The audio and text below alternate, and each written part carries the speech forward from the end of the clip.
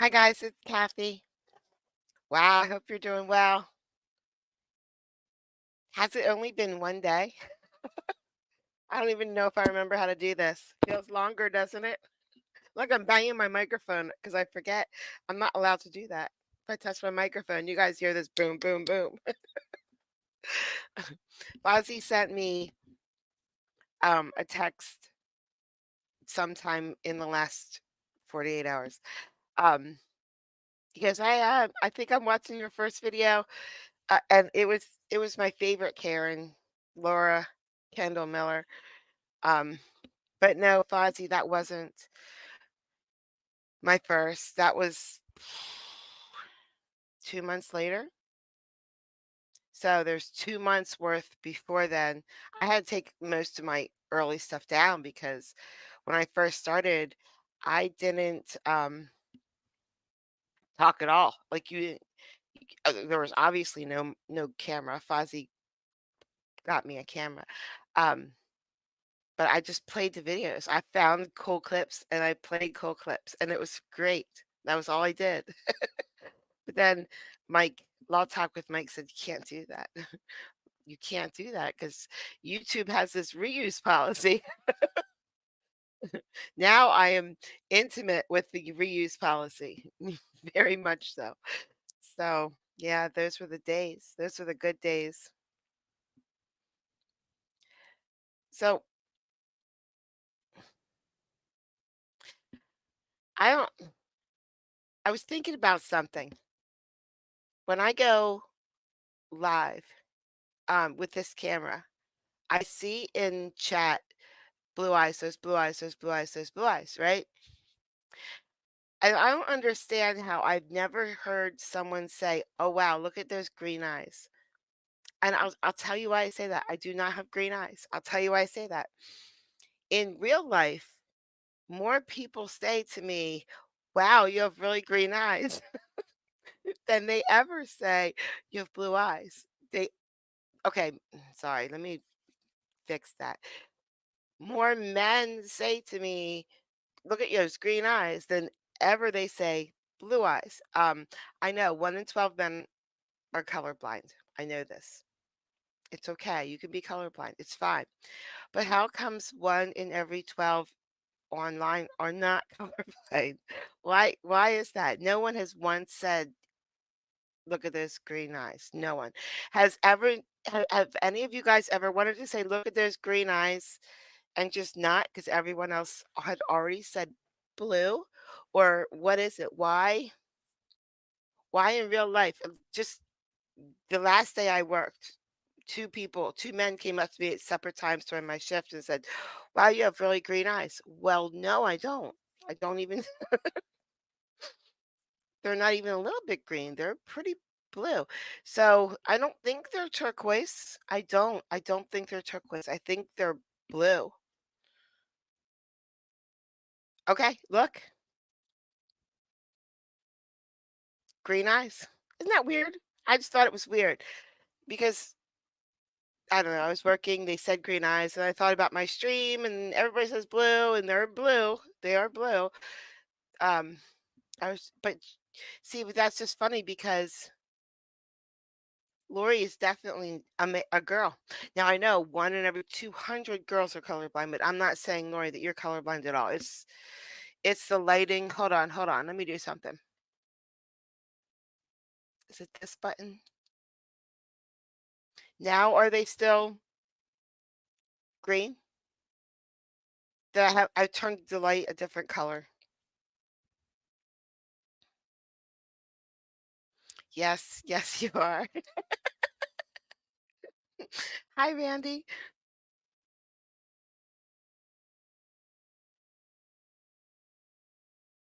They blue. Flossie thinks they're blue. Maybe it's just the lighting in the bar. Maybe when I hit a certain light at the maybe it's the lighting. Okay. Now, all right, guys. We are going to let me see what other colors we have. I don't think there's very many other colors. That's just a different color. It's just a little darker. Oh, that's because I pressed the yeah, I did. That's a different color. That's very bright. It's like 2. That's it. There. That's a normal light. All right, let's start with our trial. We're going to the trial, and we're going to get through closing statements from the dude today. Jackie's here. See? See? My old boyfriend called me Cat and thought that that was so unique. He's he's like, "I'm just gonna call you Cat." He's so proud of himself. Okay, let's go to the trial. Claim, Your Honour, is in paragraph 12 of the statement of Oh, claim, no. which I'll just seek That's to not the trial. summarise. Oh, The effect of the claim is that that was my fault. Dr. I Kolajecic took a day off. began research and development. I took a day off, and I forgot to push the right button. I'm so sorry. All right, here we go. Ladies and gentlemen, Mr. Phelps has lodged an objection, which the court's going to sustain. And I think it would be lack of foundation among the other non-disclosure issue.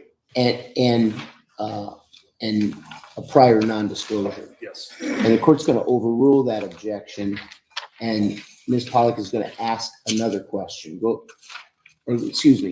Is going to sustain the objection, and Ms. Pollock is going to ask another I question. just muted Ms. Pollock. Fozzie. Mr. Jackson, can you clarify, we've heard from several witnesses that you called that you do not off-road anymore. Do you off-road? Not anymore. Have you off-roaded since the accident? I did off-road after the accident. So all the witnesses that testified that you didn't were incorrect? Objection. They were not. Hold on. Well, Sorry. Your Honor, the rules of evidence are clear that one witness is not allowed to give an opinion about the honesty of another witness. Ms. Pollock, Because they're witnesses and they called them. And the rules of that one's evidence. sustained. That one's sustained. And so I believe your testimony was you go on snowmobiles, very smooth paths. So you That was don't not my understand. testimony. I'm sorry? That was not my testimony. Do you not go on smooth paths? Do you do something that would jar, that would ruin your Jeep? I don't ride snowmobiles.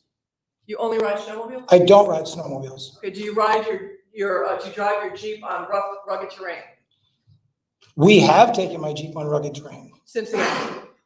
since the accident. Your Honor, move to admit the social media from November 5th, 2016. Yeah, I have the same objections. She's trying to impeach with a consistent depiction.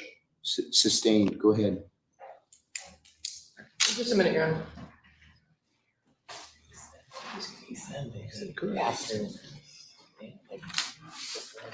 Yes.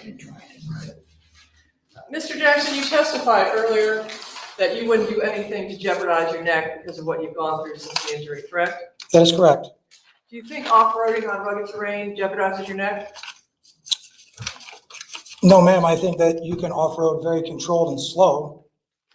Is that how you've done it since the accident? To my knowledge, yes. Your Honor, move to admit video from November 5th, 2016, showing Mr. Jackson. Picture? Picture? Oh, it's there. Here.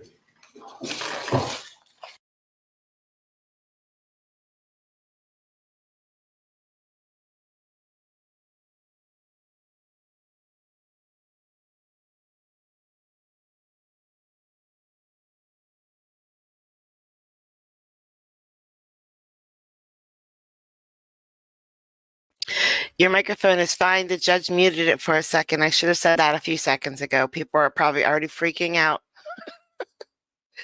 The judge just muted it for a few seconds. No, I had to copy what Lena said so I could fix it. Lena forgot the y'all. So I had to go to the other tab to get Lena's because I can't copy it from StreamYard. Okay, so, ladies and gentlemen, Ms. Pollock is going to ask some additional questions, and the objection for lack of foundation and non-disclosure is again sustained. Go ahead, Ms. Pollock. Mr. Jackson, did you go off-roading on November 5th, 2016 while you were still treating it as therapy for this accident? I don't recall. If you could refer to Sentence Exhibit C, did you post on November 5th, 2016 a picture of you off-roading? I do have to tell you that that's a normal thing to say. All yells. All yells, get outside. All yells, come to dinner. That is a normal thing to say, Linus. That is a picture of my Jeep, yes. And what is the caption that goes with it? I almost had it. And what did that mean? I almost made it out of that hole. And July 15th, 2017, you off-roaded again? Is that the picture in my evidence? August 2nd, 2017. What was the date? I'm sorry. August 2nd, 2017. I'm sorry, August 6th, 2017. Off-roading Don't they again. say that everywhere? Yuns? Don't they say yuns everywhere? No?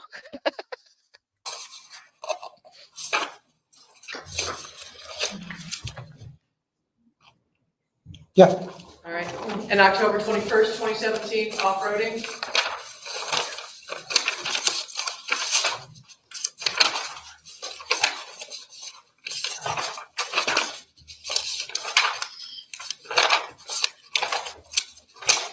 what was the date again? October 21st, 2017. Don't they say there's a snake in my boot in Texas? There's a snake in my I'm not boot. seeing that one.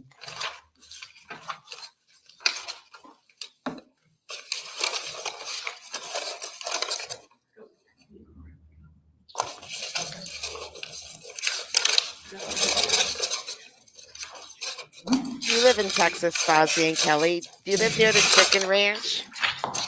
Chicken ranch? November 5th, 2017, weekend wheeling and zip line fun in Kentucky. We did go to Kentucky. And you zip lined and off-roaded? Yes, With your then wife? yes.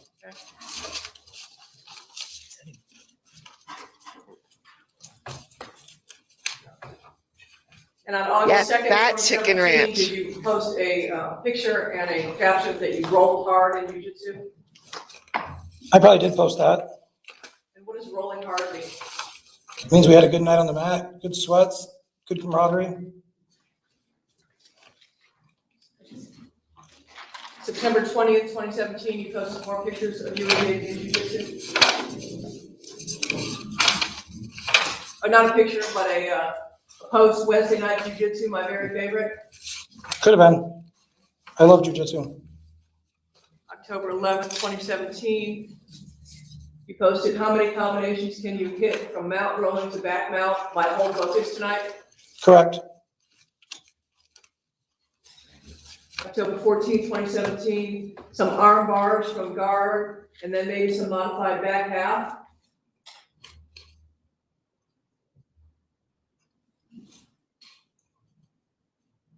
See that post?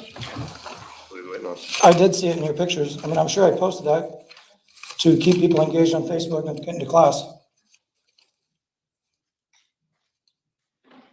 October 18th, 2017, you posted, so the doctor said I should stay off the mat tonight, and I don't like following orders very well. But since they put a needle in my spine, I guess I'll listen. And then we redacted the name of the person you were speaking about, and said, they were going to do open mat tonight. Sorry, guys and gals. Thank you, name redacted, for helping me out. On the plus side, they did all this to me. Dolly Parton, Burt Reynolds, Best Little Whorehouse in Texas. That song Whitney Houston sings, I Will Always Love You. That was Dolly Parton's song. She sang it in the movie. Best Little Whorehouse in Texas was the Chicken Ranch. So you don't like following orders very well? I'll object. It's argumentative, Your Honor. What argument? Move to score. It's argumentative.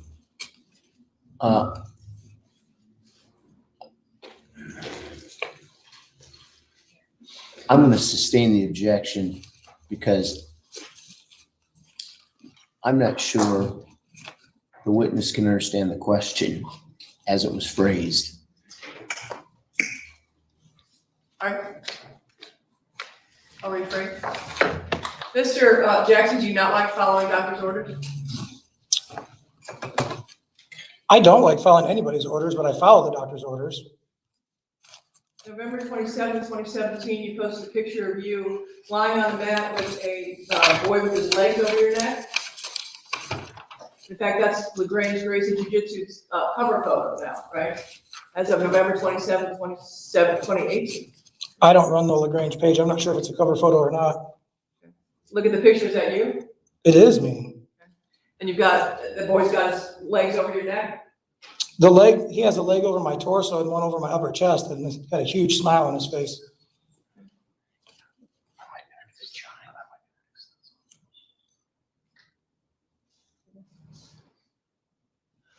April 28, 2018, did you post, great way to start the day, getting beat up by, and again, we were damaged the name for the privacy of the other individual. I did post that. Okay, so getting beat up by, does that mean sparring with? I don't believe it meant sparring. I think it just meant we did some drills. I can't remember the exact date. I Booty, recognize the you name, can't and he say wasn't the that. jiu-jitsu guy. June 24th, 2018, you posted, got some good rolls in SAT before game day and then played jiu-jitsu with some amazing kids for a couple hours.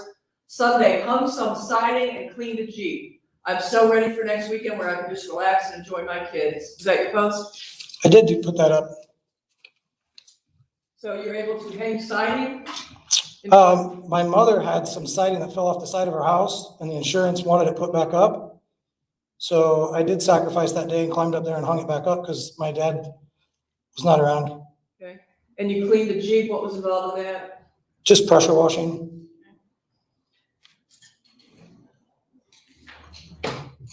July 12th, 2018, you posted, the last couple of weeks, I've been really thinking about competing again. Then I roll really hard and feel not so ready to compete. The reasons I compete are probably weird to most people, but this time it feels different. It's not for winning or losing. I just want to feel again. I want someone to come at me with the intensity that makes me worried. Sometimes I think we accept where we are in life. I don't want to. I want to be great. I'm hoping to get back to my healthy weight and go make the guys I train with proud. Yes, I hate competing, but it definitely helps the soul. Is that your post in July of 2018? I did post that. And why do you hate competing? There's a chance of getting injured, and it takes a lot to get ready for a competition. July 20th, 2018, did you post, taught every day this week, 10 classes total, plus my full-time job at Forest River. Can't wait to sleep in tomorrow. What a great week. Yep, I posted that. So in addition to working full-time at Forest River, you taught, what's it, 10 classes? Yeah. 10 classes? Yep, I probably had to cover the schools because Mr. Skimmerhorn would have been out of town. All right. July 29, 2018, did you post, today's list, fixed Jeep, only took 3 hours, but it's running. Fixed lawnmower, new deck spindles, grease and replace belt, done. Fix mom's van, new rear brakes and bleed the system, done. Water garden, fix fence, fix golf cart, patch 4 tires, clean up shop. I'm done for the day, the rest can wait. So is this attorney thinking that he should be just like be in bed? Is that what she's thinking? That he shouldn't be awarded damages because he can pressure wash his Jeep? I don't mean. I did post that, but I didn't post on here all the people that helped me. So that's quite a bit more active than you led us to believe you could be, correct? Objection, Your Honor, argumentative. It's cross-examination. Sustained, rephrase that. You previously indicated you couldn't really do any work around the house, is that right? Personally, no. Okay, couldn't work on cars? It was not enjoyable to work on cars. It was still able to do it. You just paid a sacrifice. And so at the expense of your neck, you did it anyway? No, at the expense of my neck, I would usually have somebody come help me. August 23rd, 2018, did you post, My goal went as far as to create as many good / bad positions in a role, test my defense, and allow my training partners to attack mostly, but sometimes defend. Every once in a while, I I like to agree. attack hard. I Tonight was that 100% night. I agree. must say everyone's defense was It's great. true. That your post? I did post that. So you attacked hard that night? I think that you and I probably have a different definition of attack when I use it in the sense that I use it on Facebook. Okay. But you wrote, I like to attack hard. Tonight was that night? I wrote that, and I can define it if you would like. And you said, is that when you attack hard, are you being bad guy? Usually I'm controlling the other opponent and making them work twice as hard. September 8th, 2018, did you post, when you think the joke is tight, someone shows you how to make it tighter? That is very correct with body mechanics. Are you referring to a chokehold? I was probably referring to a new discovery from a student that probably found something on YouTube, and we researched it a little bit and figured out a different way of doing the choke that we had already thought we had completed. And August 13th, 2022, is that a picture of you? It is. And what are you doing in that picture? I'm wake surfing. Thank you, that's all I have. Yes. Yes. Redirect. Yeah, thank you, Ryan. So Jeremiah, all the stuff that you've posted here on Facebook,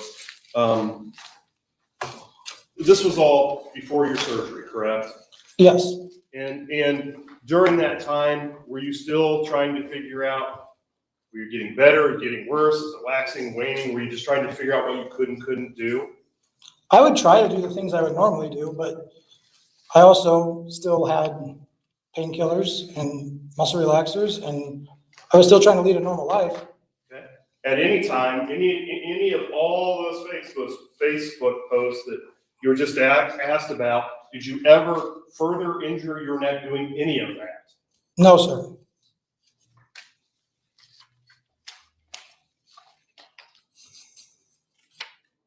There were questions about your Jeep that you had washed. You were able to wash your Jeep? Yes. Okay.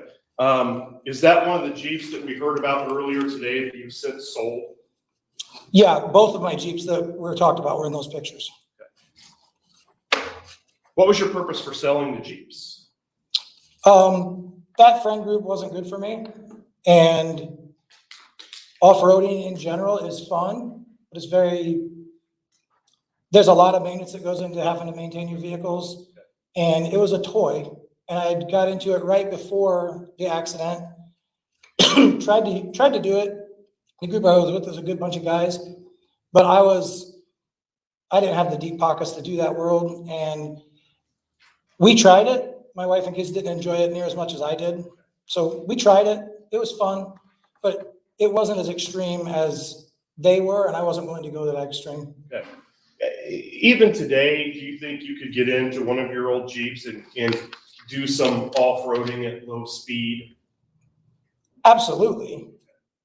And you'd feel comfortable doing that? Yeah, I'm in control of the vehicle.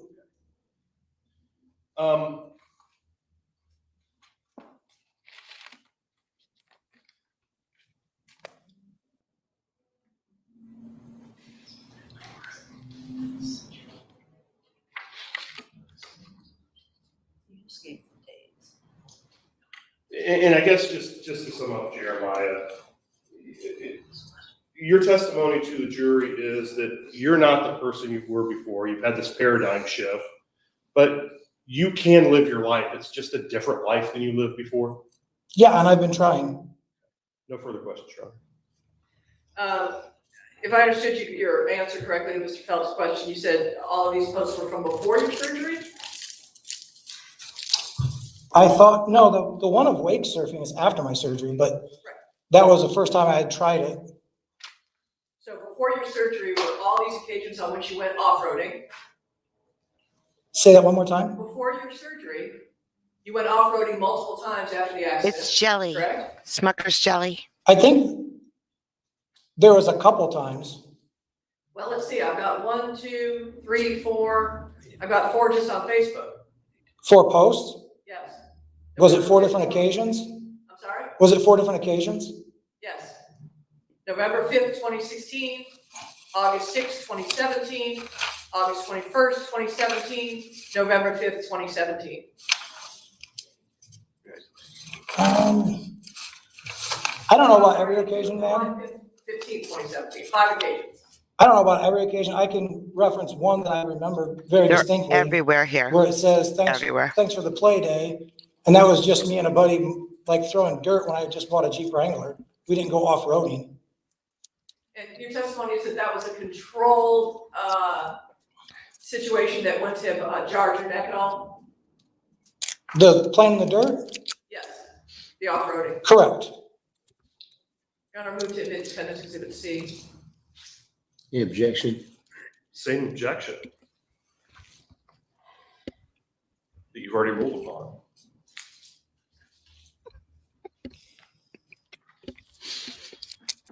Got it. Hang on, Ms. Pollock.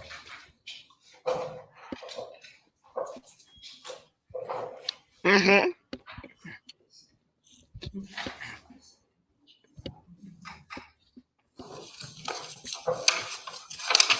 Ms. Pollock, further argument? Your Honor, just if maybe outside the presence of the jury.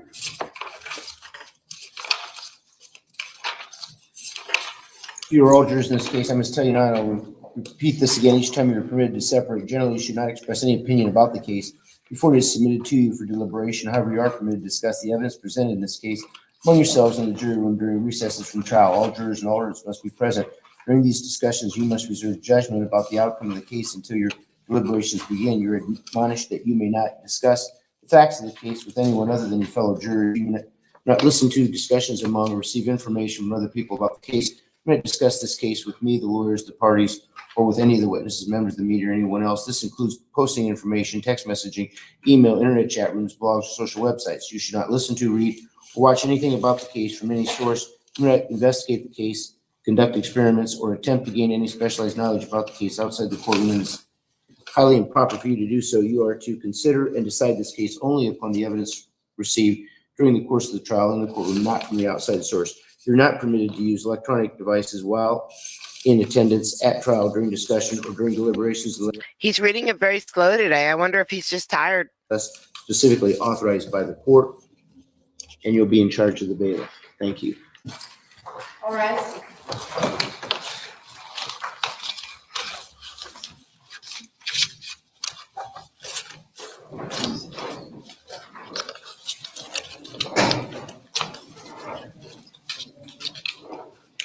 Yes, yes.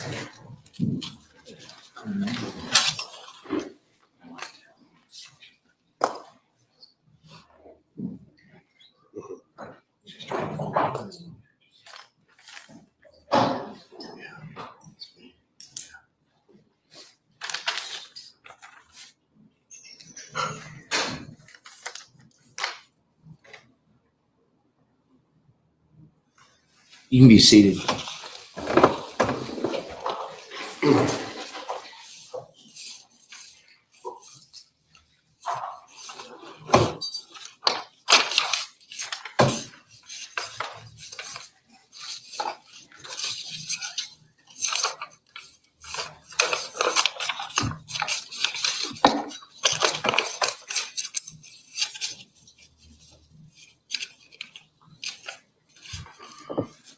Ms. Pollock, go ahead. Yeah, Your Honor, on direct examination, Mr. Jackson stated that he's gotten into off-roading, but it was never extreme off-roading, and he wouldn't have done anything to risk damage to his Jeep.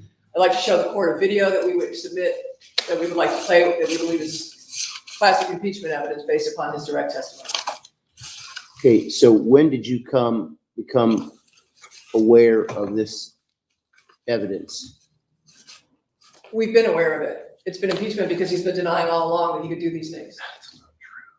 So if you knew about it all this time, did you know about it before you filed your final pretrial order with the court? Final pretrial order, I would assume so. We knew Why- it was impeachment because he was denying that he could. Was it listed in the final pretrial order? It was listed on a final witness exhibit. I don't recall what was listed on the final pretrial order. Certainly impeachment evidence was listed. I don't know that we itemized. We certainly indicated that we reserved the right to do impeachment evidence.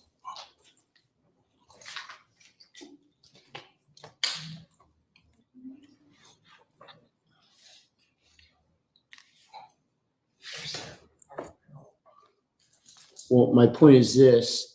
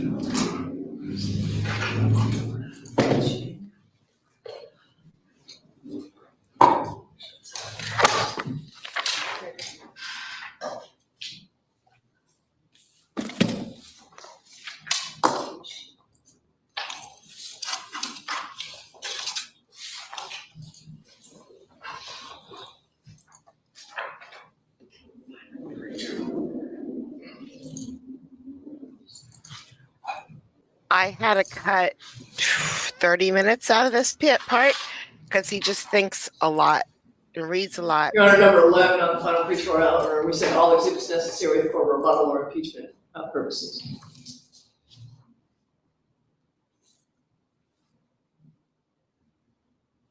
We also said number 10, any photographs, videos, or diagrams of the scene of the accident or the persons involved or of plaintiffs or their claimed injuries and damages. This is when there were 2 plaintiffs. They're listed, but my question is, why didn't you provide them to plaintiff's counsel? I would understand if this were rebuttal that Oh you my didn't gosh. know was going to come up. Rebecca, I don't know if you should say something like that in this chat. That's almost, never mind. But this is not rebuttal, this is impeachment. That from what I can tell, everybody has been arguing about for quite some time. I'm sorry, folks. I lost everything. I don't know what happened. I'm trying to pull it back up as we're talking. There we go, maybe.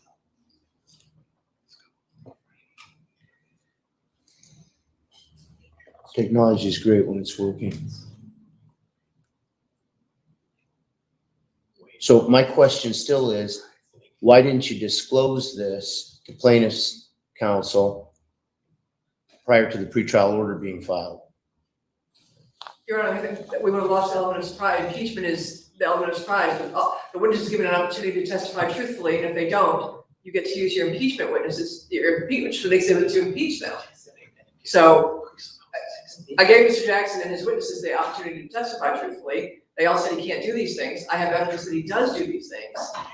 That's classic impeachment.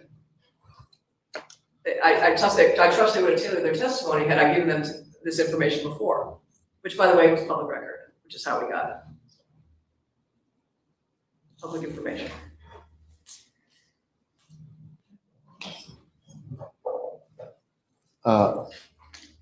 Mr. Phelps, go ahead. Yes, thank you, Your Honor. Look, there's no rule of evidence, there's no case law, and certainly no order of this court that allows a defendant to withhold evidence they know about and then claim, well, we're using it for impeachment, number one. I still, to this second, Your Honor, I've not seen this video. I don't know what's on it. Mr. Mel, to this second, has never seen this video. We don't know what's on.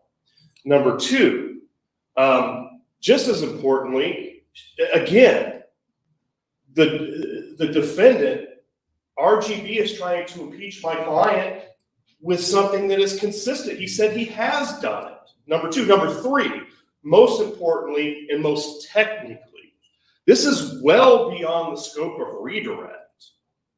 All I asked him on redirect was off-roading now. We didn't go back and plow that ground. The time to get this in for impeachment was on cross-examination, which she tried to do. I objected and you sustained the objection. She's trying to now go back beyond my redirect, outside the scope of my redirect, and replow old ground for my original direct. All three of those reasons, Your Honor, number one, is never disclosed. Number two, she's trying to impeach with something that is consistent he said he can do. And number three, it's beyond the scope of redirect. So we would object on those three grounds. What period is the video on? What period of time is the video on? Do you know? August 6, 2017. And I would point out this has been in the plaintiff's possession since he posted that. This is the plaintiff's information. And so if it's a surprise, it's just because they didn't do their homework. I mean, instead they stood here yesterday and accused me of fabricating this evidence. So it's been available to them. It's in Mr. Jackson's possession since he posted it. And I think it's highly germane. He told the jury he would not do anything that would jeopardize his neck. He does not do extreme off-roading. He wouldn't jeopardize his Jeep. I would like to show the court the video we propose to show so the court can determine whether that's impeachment. Now, he said now, Your Honor. And to give Ms. Pollack credit, she is correct. We still have never seen one pre-existing chiropractic record that talks about neck pain. How long is the video? Oh, seconds. I want to see the video. Play the video for the court. It's 8.6.17.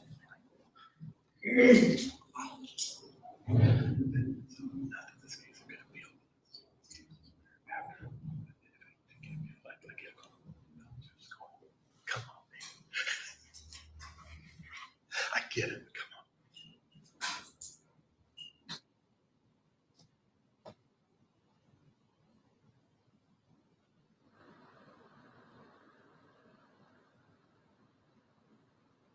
That's it. It's just repeating now. It's very quick.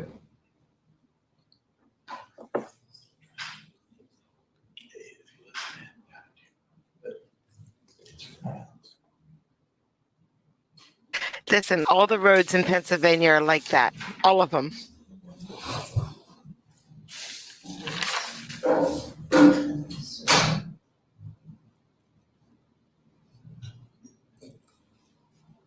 Judge, we have a failure to mitigate defense. I think we have a right to present evidence in support of our defense. Oh, we'll get to that because it doesn't do that either. It's the jury's call. Well, not the last two times I've appealed it to the Supreme Court, but okay. So I like these two.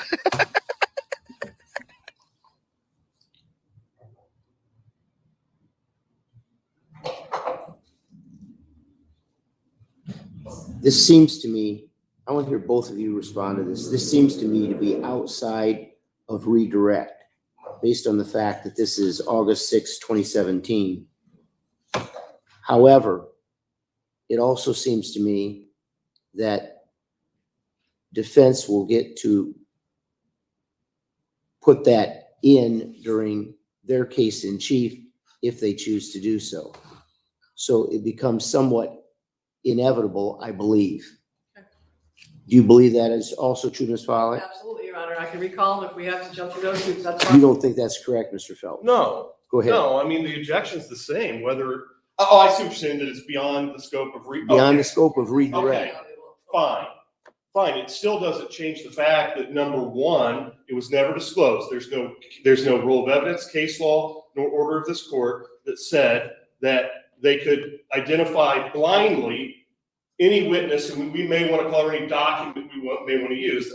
That's no disclosure at all. That's anything and everything, so it's nothing at all. Number two, again, it does not show anything that this witness has said he can't do. So they're trying to impeach him with a video because they like the way the optics look to the jury when he hasn't said he can't do that. Now, if counsel wanted to ask her final question on redirect, hey, even though it's beyond the scope of, I'm sorry, recross, even though it's beyond the scope of redirect, hey, back in 2017 when you did this, were there times the Jeep was bouncing around? Okay, she can ask the question, but it doesn't mean that the video comes into evidence.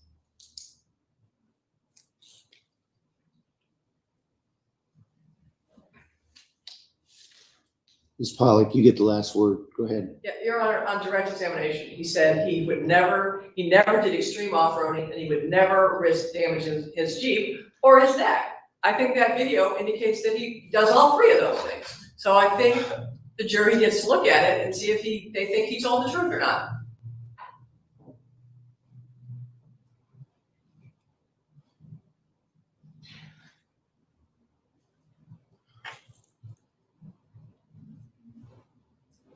He said he does it now, since the surgery. That was his testimony. On redirect, he said he was talking about what he can do now. Well, what he did before he needed that surgery, I'm gonna go straight to my failure to mitigate defense, and it goes to my responsible cause issue. If they see that video, they may very well believe he caused a new injury to his neck. I think under Guinevere, Schlup versus Guinevere, there has to be medical testimony of that. That is not something that is within the lay purview of a lay juror. He ran over We're gonna a get into bump. the same area why I didn't let the certified record in from State Farm, because I do believe you're gonna need medical testimony to back up if you're gonna say that something is the responsible cause of the injury that required surgery.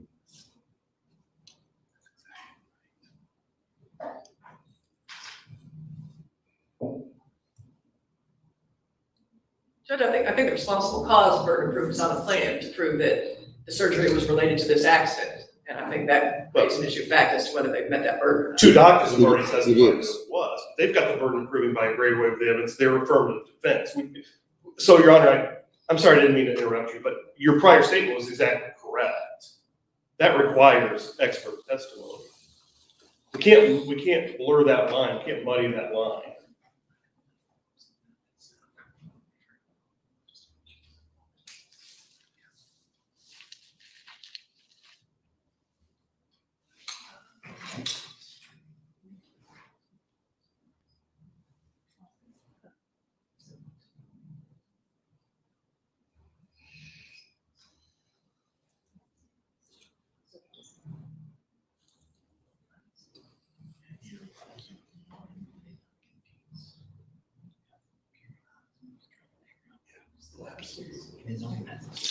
So keep this. Absolutely.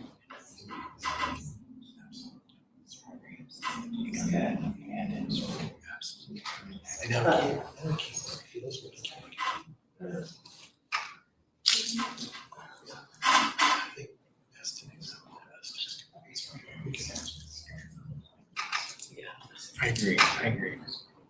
I told her reach. I'm talking to reach. No. Ridiculous. Right, no, I agree.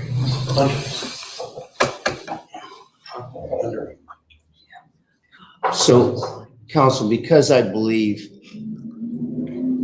that this should have been disclosed as part of my order to turn over all exhibits that each side has and continue to do that up through the date of the pretrial order, and that was not done, I'm not going to permit defendant's exhibit C to be admitted into evidence. Now, we have another issue. The jurors want to go eat lunch. I would suggest, I don't know how much longer we're going to be, but we're at recross right now, and it would seem to me this is not going to go on much longer, but I could be wrong. Let's get the jury back in then. Do you agree, Ms. Pollack? Yes. Agree, Mr. Phelps? Absolutely. Bring the jurors back in, please.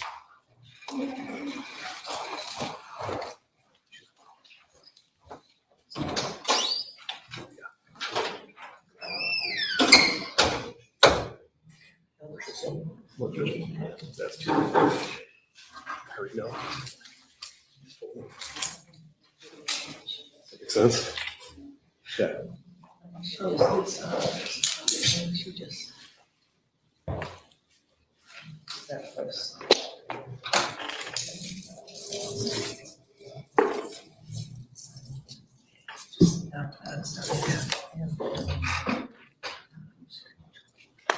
And before anybody leaves for lunch, make sure we've got these exhibits. I think the witness has 2 of them, but let's make sure we've got them.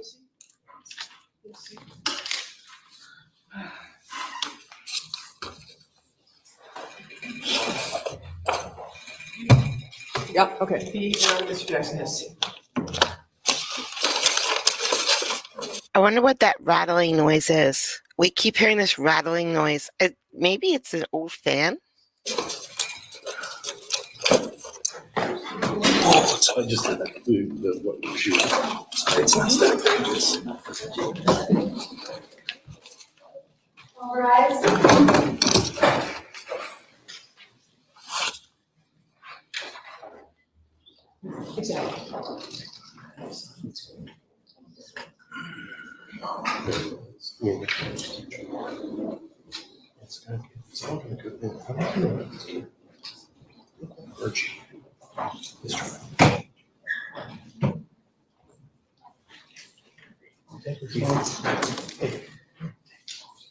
You may be seated.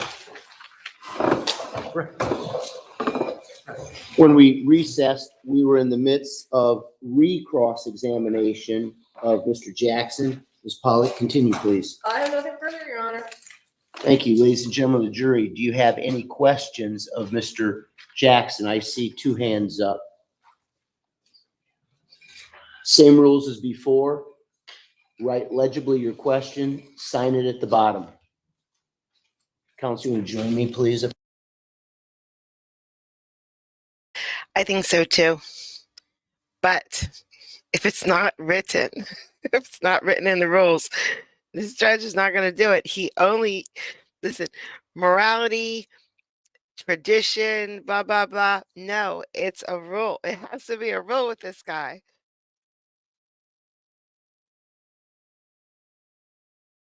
Just like showing the jury, that's not really a rule. It's not. It won't create a mistrial. It's not a rule. If you walk into the courtroom, you can see the jury fine. It's for their protection. For their protection, they don't put them on camera. But it's not written anywhere. You can't see the jury. It's the opposite. They're there. They're right out in the open in the courtroom. All the all the RICO trials change that. It's for their protection so they don't get injured.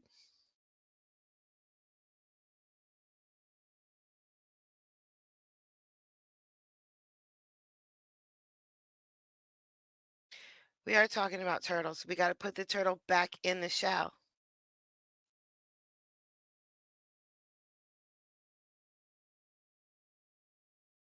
Stop playing that music.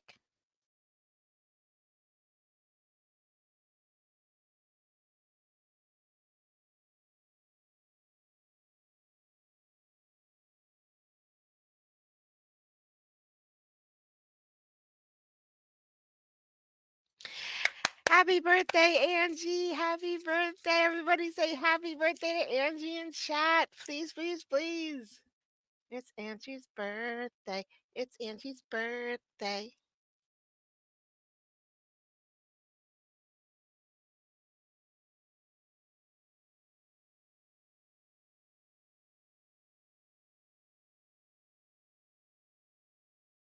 Yep.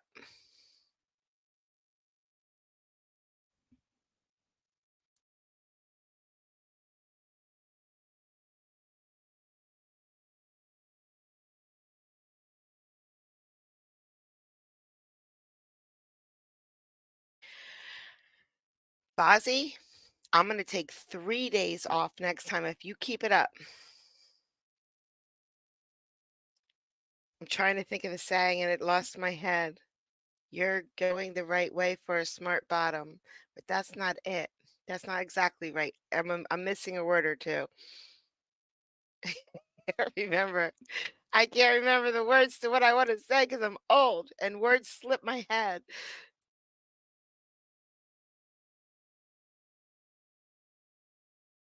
I used to have too many words to choose from rattling around in there. Now I just can't even find one.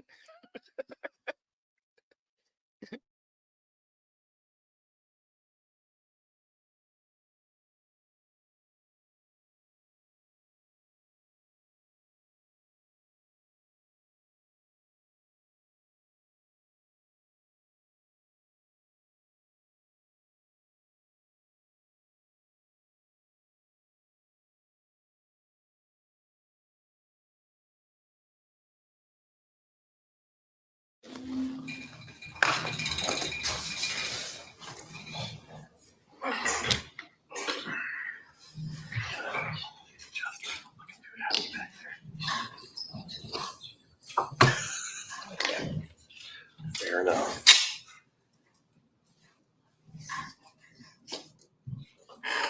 Okay, Mr. Jackson, Yes, sir. the jury has 3 questions for you. I will ask those questions on behalf of the jury, and then you will give me and the jury your answers. This is jury question number 2 in the sequence of things. Jury question number 2, did the airbag? Before we hear these questions, now we get to see kind of maybe what the jury's thinking, right, with their questions. So these questions are going to be good. All right. Did the airbag Deploy? It did not. Jury question number 3, what was the time frame of that first consultation with the first surgeon? I can't remember that, to be honest. It was not too long into it, I think. Jury question number 4, how common are injuries or accidents in jujitsu or Gracie jujitsu? It's very uncommon in our school for That's anybody not to a get good injured. question for him. Like I say, we train Nope. people we start at 5 and up through the end of their life. Old people. Some of the best practitioners in jujitsu are the older fellows and the older ladies on the mat, and they still practice to this day. Thank you. Mr. Phelps, No redirect. follow-up, Your Honor. Ms. Pollock, recross. No, Your Honor. Ladies and gentlemen of the jury, do you have any additional questions of Mr. Jackson based on the questions of your fellow jurors? If you do, raise your hand. I see no hands raised. Mr. Jackson, thank you for your testimony. You may step down, take a seat at plaintiff's counsel table.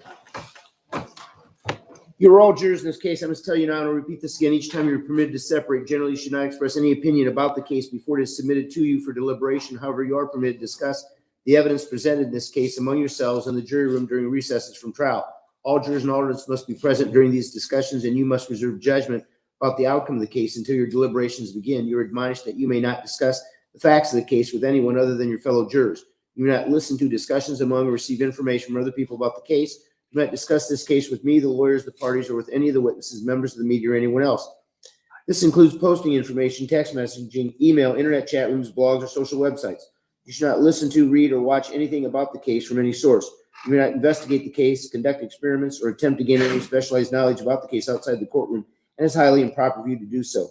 You are to consider and decide this case only upon the evidence received during the course of the trial in the courtroom, not from any outside source. You're not permitted to use electronic devices while in attendance at trial, during discussion, or during deliberations, unless specifically authorized by the court.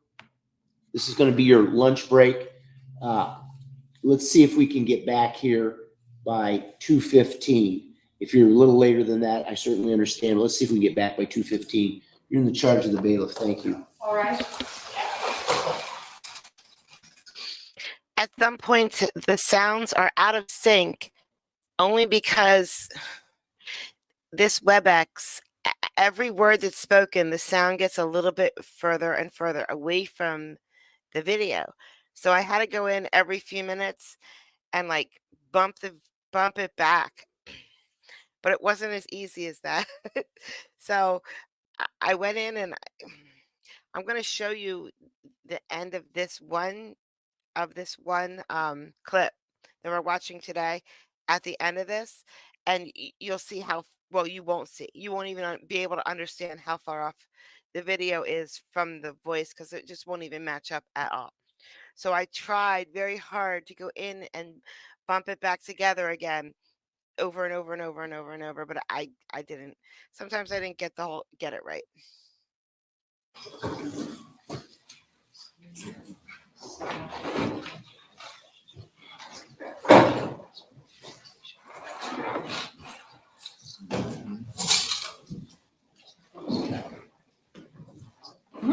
So.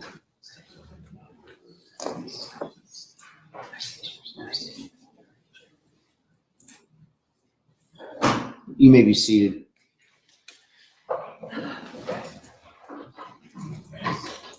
So logistically, I think we're very close to plaintiff arresting. Is that right, Mr. Phelps? We are. Okay. This is just my thought. If the defense has no witnesses, would there be any issues with us just going in and resting off the record and just letting the jury know when they come back that we've rested? How is that different than you resting on the record in front Because of I the was, jury? well, the reason why is because I was gonna make a trial rule 50D motion, but I can do that. I was trying to save time. Yeah. And technically I can't do that until I rest. That's the problem I've got. Yeah. Yeah. That's the problem I've got. I think you've got to rest first before I can even hear that. Yep. I don't think I can, I mean, I try to do it what counsel would do, but I don't think I can do that one out of order. I think I'm stuck if I try to do that out of order. I agree with you. Your thoughts on that, Ms. Pollock? Don't you think we're gonna have to have them rest, have you rest? I think he absolutely has to rest, and I have to rest, but I don't know that he can't rest off the record. I agree. That's my thought. If I Right, so we don't have to rested, send them out again, once they come Yeah. in, he rests. Then they gotta leave again, so he does his motion. I know it seems a bit awkward, but I've done it before. You're not gonna object? No. You wanna do arguments on that now? Yeah, I mean, I prefer, You ready to do them now, Ms. Pollock? Okay. Let me start making notes. Go ahead and rest off the record. Your Honor, at this time, see, we did the judicial notice, right? Yeah, at this time, the plaintiff rests. Any objection, Ms. Pollock? No, Your Honor. By agreement of the parties, plaintiff rests off the record.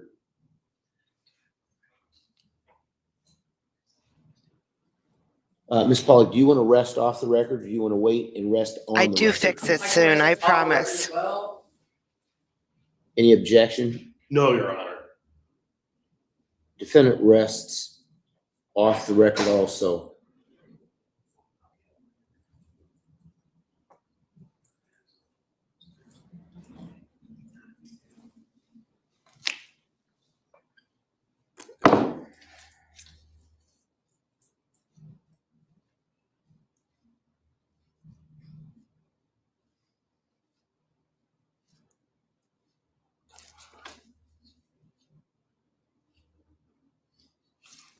Come on, Linus, let's spar.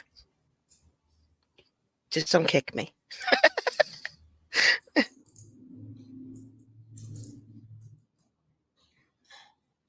Or go ahead. I have a lot of rage. I might be fine.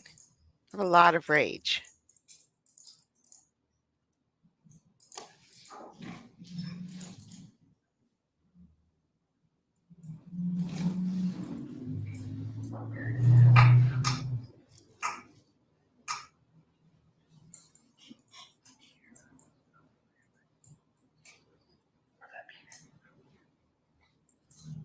Before I started my stream, before I pressed anything, it was ready. I had like 1 minute left. I'm screaming at my son how I'm going to punch him in the throat. And I'm thinking, what if I was unmuted during that? And it's perfectly fine because you can't call CPS on me anymore. He's an adult. It's just battery or assault of a family member, but it's not child abuse. So that's fine.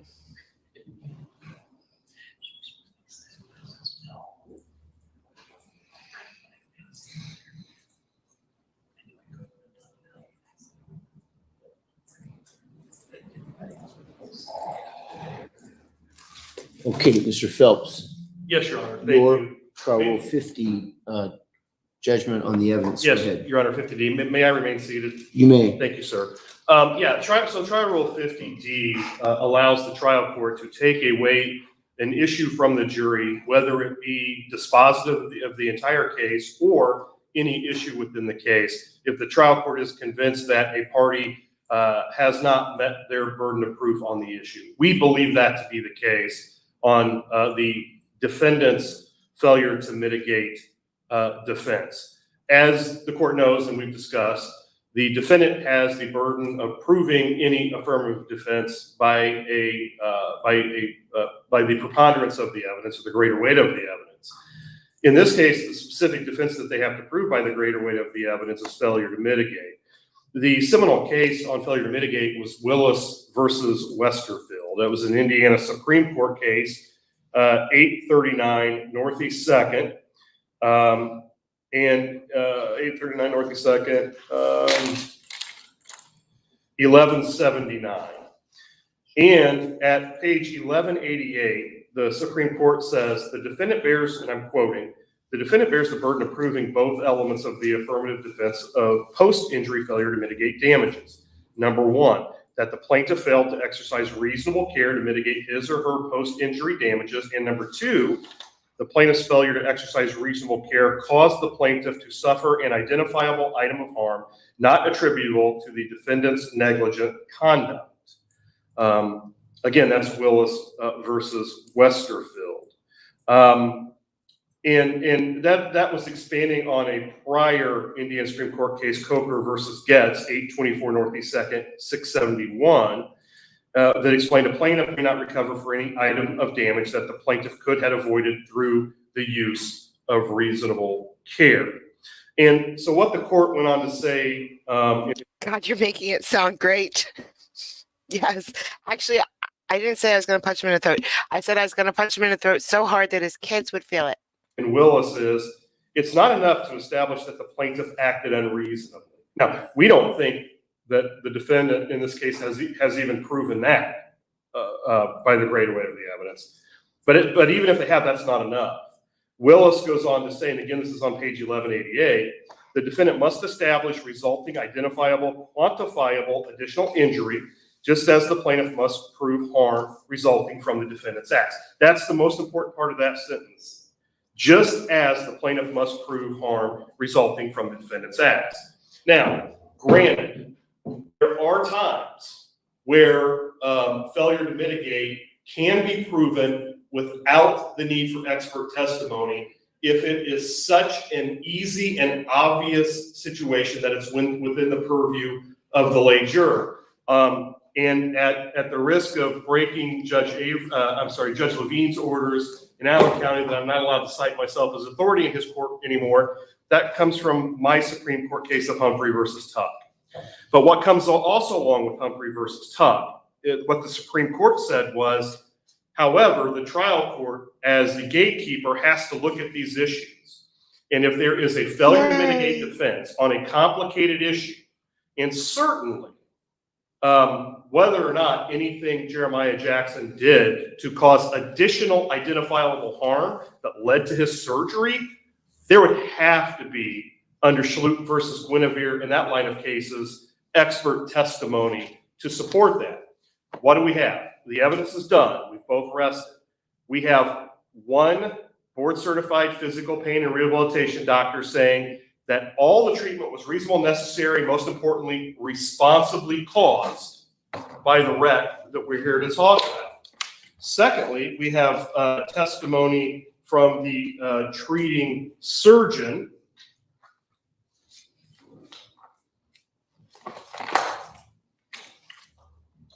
where he testified that based upon the subjective history from Jeremiah and having done the surgery, his opinion was the automobile collision was the responsible cause of the treatment up through the surgery. In fact, this is on page 64 of his deposition.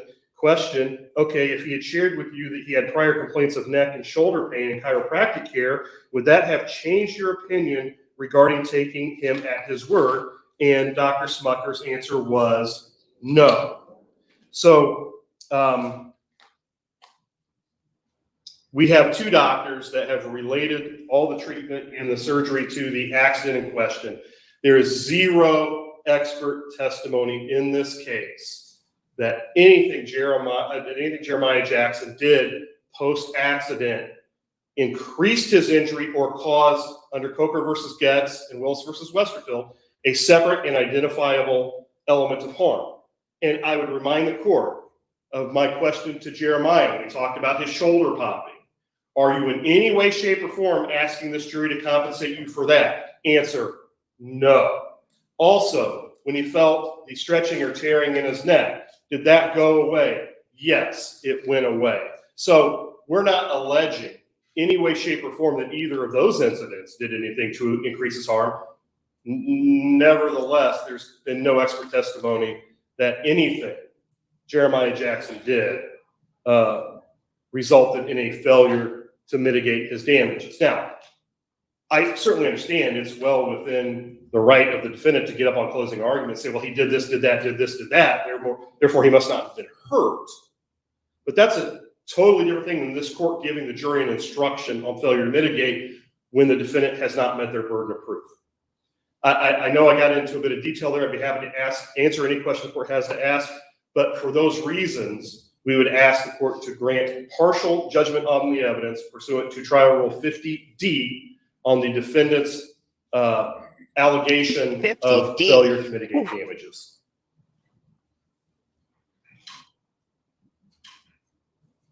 And we would ask the court not to instruct the jury on that affirmative defense.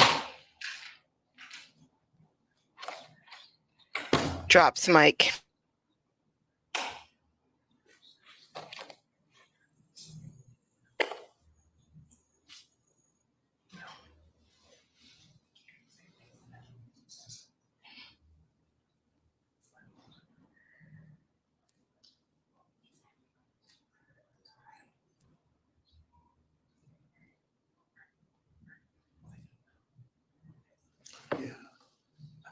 So, Mr. Phelps, for sake of argument, let's say I agree with you and I grant your partial motion for judgment on the evidence. How am I undoing the preliminary instructions that I've already given to the jury? That's a great question. The preliminary instructions are based upon the allegations of the parties.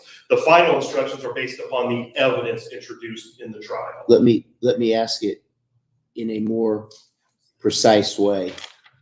I send back the preliminaries and the finals. So is it your proposal that I would remove from the preliminary instructions the failure to mitigate? No, I think technically, and I always hesitate to put myself in the shoes of the trial court because you have much more experience in training and being a judge as I do. If I were the trial court, I would suspect the proper thing to do would be to remove failure to mitigate from the final instructions and explain to the jury that that there was a motion. I don't know how you do that, but you are not to consider in the preliminary instructions. There was an issue of failure to mitigate. That issue has already been decided by the court. You are not to consider that argument, and you just don't give instructions and you don't allow the defense to argue failure to mitigate. Except as it relates to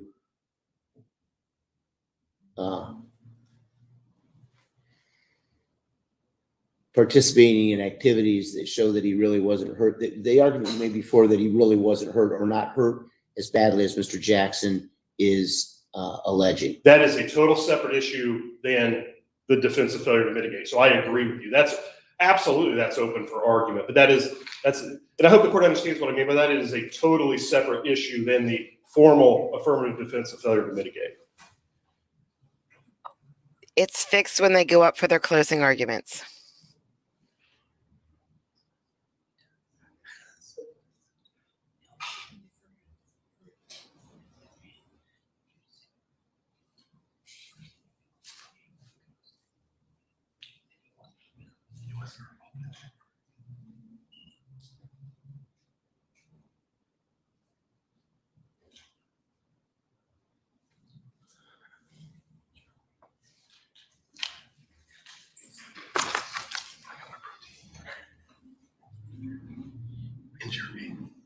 You don't have the stamina to see it all today.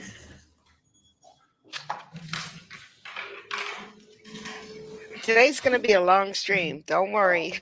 Tomorrow we see the end. Tomorrow we finally reach the finish line. Unless I take off tomorrow. Then we see it the next day. Joking. Joking.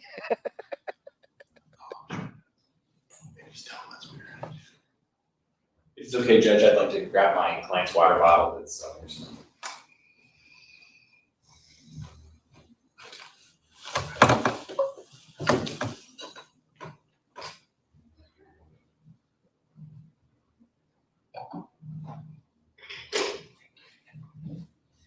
Use a mirror.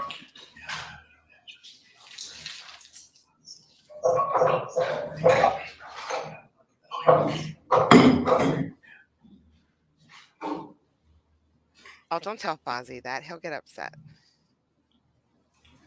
He was telling me I get it. This was your case. Come on, Judge. Speed it up. Stand.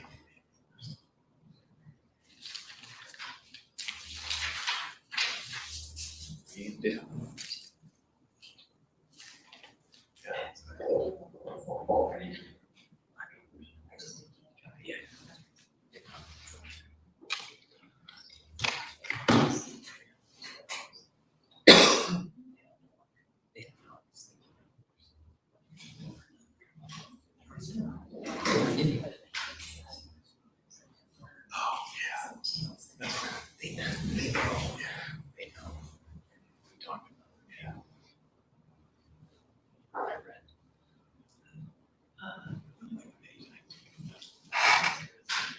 Yeah. Yeah.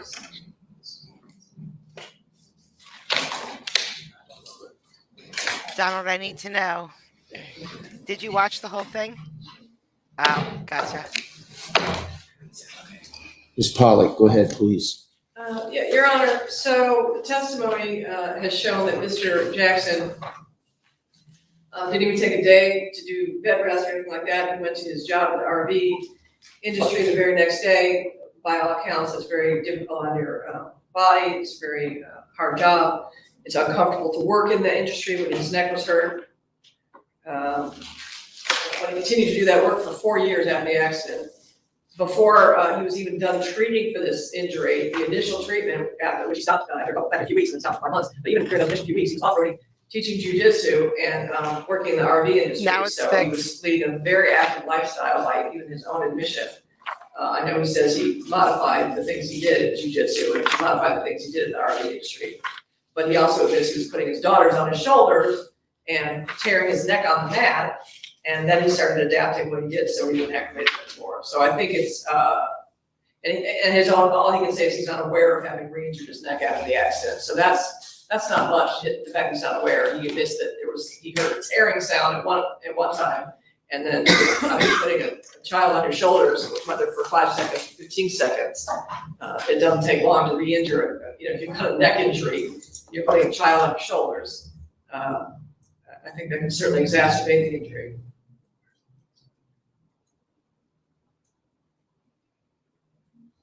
But doesn't all that get to whether or not Mr. Jackson is injured to the extent that he alleges, rather than the affirmative defense of failure to mitigate damages? I mean, if they find I didn't meet my burden of proof, I don't have to agree that he didn't mitigate his damages, but there is significant evidence that he didn't mitigate his damages. He didn't do anything to try to not get worse. He's putting kids on his shoulders, he's off-roading, he's jujitsu, he's an RV, and so he's doing all kinds of things that I think a reasonable person would have thought, I better not do this while I have a neck injury, my neck is stiff, and I'm treating for it.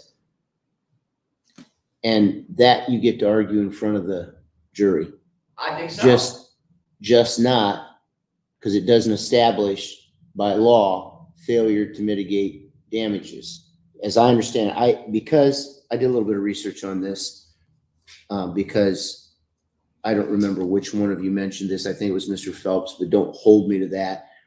Somebody, when we were together, said something about filing a trial rule 50 demotion. I think it was Mr. Phelps.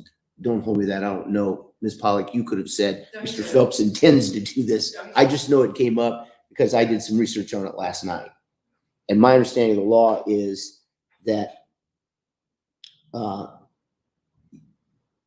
in order for you to have the defense of plaintiff's failure to mitigate damages, there has to be not only evidence that Jeremiah Jackson failed to use reasonable care to minimize his damages, which I think is what you're arguing, but there has to be the second part of that that the failure caused an identifiable harm not attributable to RGB sales negligence.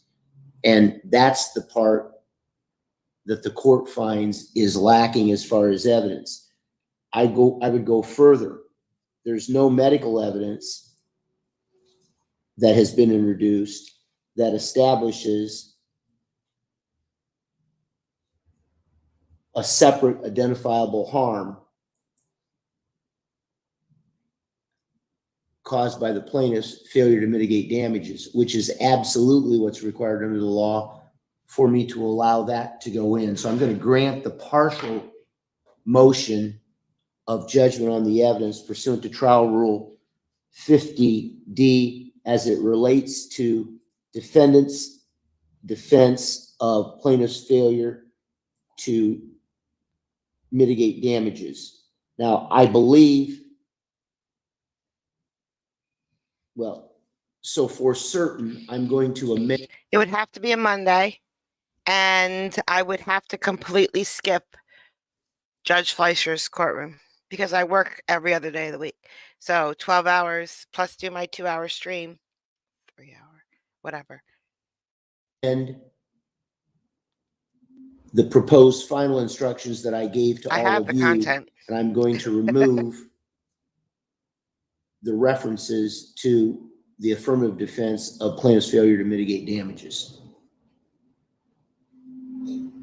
That is not going to prevent you from making the argument about all those things that you just enumerated that Mr. Jackson did that you want the jury to find shows that he's not injured to the extent that he says, or that his recovery should be, I'm certain, much smaller than what he believes it should be.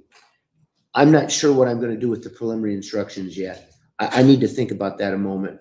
I'm going to say this, I likely am going to leave them alone because I gave them already, and simply advise the jury that as a matter of law, I found there was insufficient evidence and take it out that way so that the jury knows why they're not considering that, and not say much more than that, because I do not want to undermine Ms. Pollock, I will. your It's ability to going argue slowly. I'm that fine the with that. evidence shows It's going that slowly. Wait till you see what I do next. Mr. Jackson couldn't have been injured as seriously as he says from the automobile collision because he partook of all Once this Kelly trial is over, I'm going to start something big. Fozzie knows what it is. I already started it. I just haven't published it. these other, I think you would say dangerous activities. I don't want to put words in your mouth, but activities that somebody who was worried about their neck wouldn't partake of. Okay, I'm going to have to redo the final instructions Or so you can take a crying. look at them. And then we'll try and make record on that before they come back, because I think we're going to be in a position where we're probably going to have final arguments and then jury instructions. Do you disagree, Mr. Phelps? So I agree. Ms. Pollock, do you disagree? No, I do not disagree. So let's talk a second. I take it you're going to do closing, Ms. Pollock? Correct. Great. Are you splitting it up? Are you handling both the first and the second? Are you going to just do one? I'm doing both. Got it. Okay. So let's try and get back here. I think I told them 1:15. Let's try and get back here about maybe 1:10.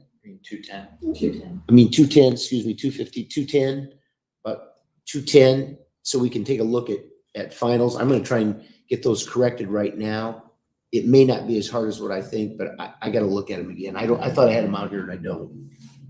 So we're in recess until about. If that sounds like forced enthusiasm, it is. Oh, Fozzie, I love you.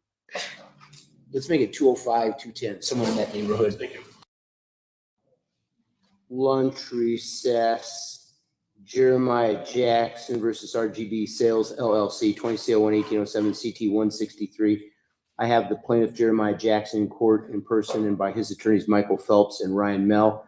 I have the defendant RGB Sales LLC in court by its attorneys Karen Pollock and Lana Swingler.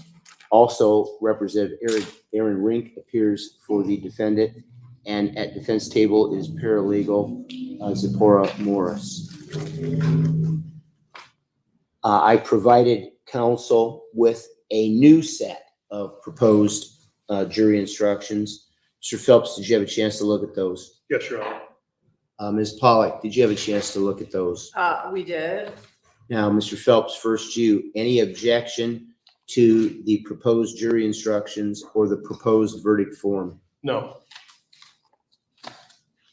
May I show that they're given by agreement of the plaintiff? Yes. And you may show our proposed tenders withdrawn. Thank you.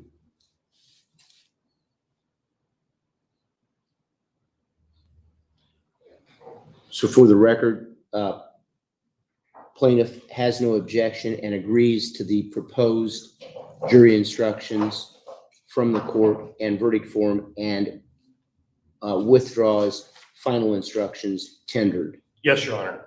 Now, Ms. Pollack, defense, RGB Sales LLC, go ahead. Yes, Your Honor. First, any objection to the proposed instructions and verdict form? Go ahead. Can we just see and be thankful that the video and the audio right now for this moment in time is on point? Yes, Your Honor. With respect to the instructions, they are not numbered, correct? So I should just Not yet. read the one, how it starts, to identify it? Okay. If you decide with a greater weight of the evidence that RGB Sales is liable to Jeremiah Jackson, and then it enumerates the elements of damages they can consider, we object to it as posed because 7, the disfigurement and or deformity resulting from the injuries has not been proven. We were told there would be evidence of a scar. There's been no such evidence, so there's no evidence whatsoever on the record of disfigurement or deformity on part of Mr. Jackson. That is our first objection. Our second objection is the court's refusal to give our tender instruction regarding the failure to mitigate damages. Thank you. Mr. Phelps, any argument you want to make? Yeah, sure. Both doctors testified that there was cutting of the neck. Both doctors testified that there was hardware put in the body. Both doctors testified that there was an allograft bone cadaver put into Jeremiah Jackson's body. Those are things that did not, that were not present within his body before this accident. Therefore, they are disfigurement and deformity. Ms. Pollack, you get the last word. Go Yeah, ahead. Your Honor, I disagree. I mean, a heart transplant, you've got a new heart. That doesn't mean you're disfigured or deformed. So no, I don't think just having something implanted into your body deforms you or disfigures you. And there's been absolutely no testimony that he is deformed or disfigured, or that he feels deformed or disfigured. So the evidence presented during the trial establishes that Mr. Jackson underwent a surgery, and that in fact, there were, in addition to the cadaver bone, other metal objects placed in his body. All of that from which the jury could find disfigurement or deformity, or could not, as the jury sees fit. But for purposes of jury instructions, I'm going to overrule both of your objections and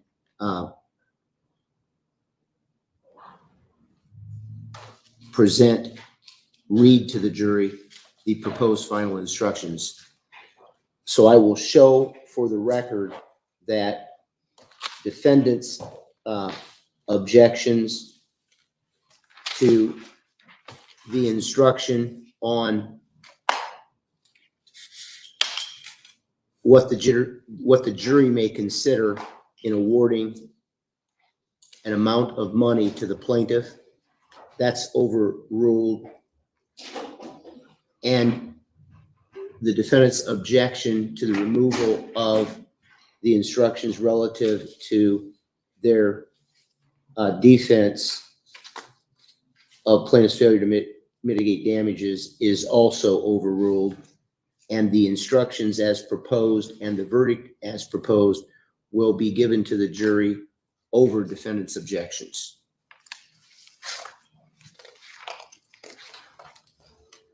Hi, Jay. Whoop, whoop, whoop. Give me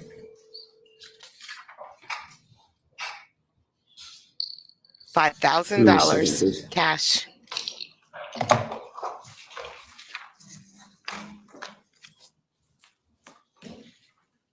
You might have to wash it off. Number those, please. Number those, please. And then email them to Matt. Yes.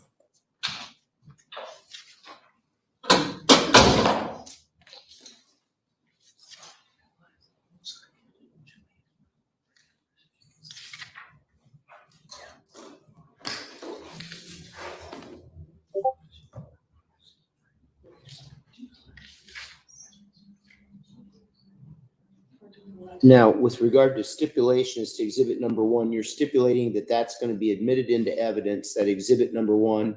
How many pages is that, counsel? I don't know. Yeah, 565? Yeah.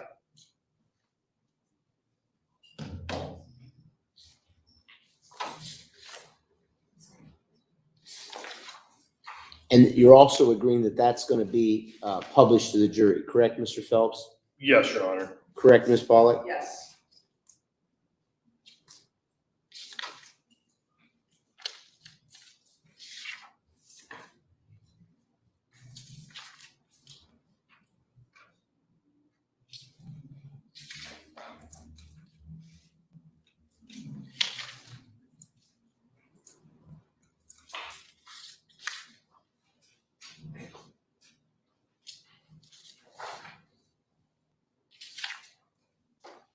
Come on, Judge, speed it up. I'm going to speed it up a little bit. I know he talked there. It's fine. One will be admitted into evidence and published to the jury. It's 565 pages of evidence. Is that correct, Mr. Phelps? Yes, that is correct, Your Honor. Correct, Ms. Pollock? Yes, Your Honor. I tender it to the bailiff. Court reporter, either one? Very good, thank you.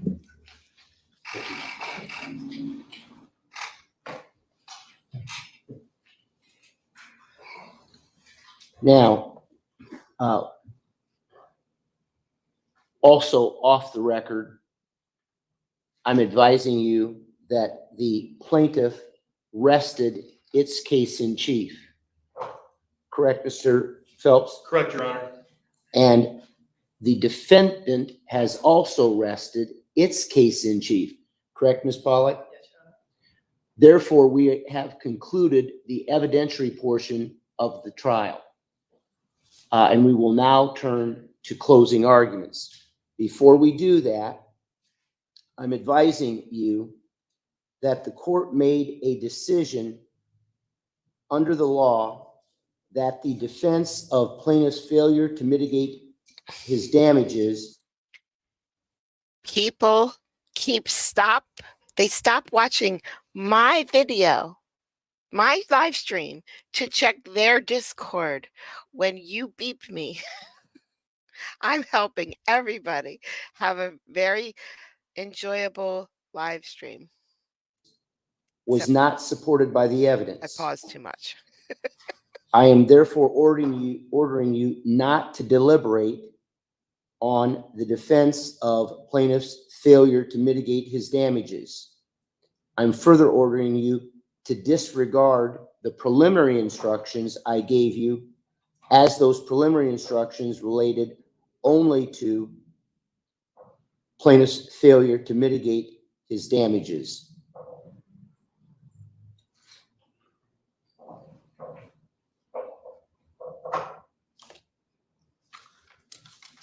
Closing arguments. I remind you, closing arguments are not evidence. They are just that, arguments, to persuade you to look at the evidence the same way the person arguing the case to you is looking at the evidence.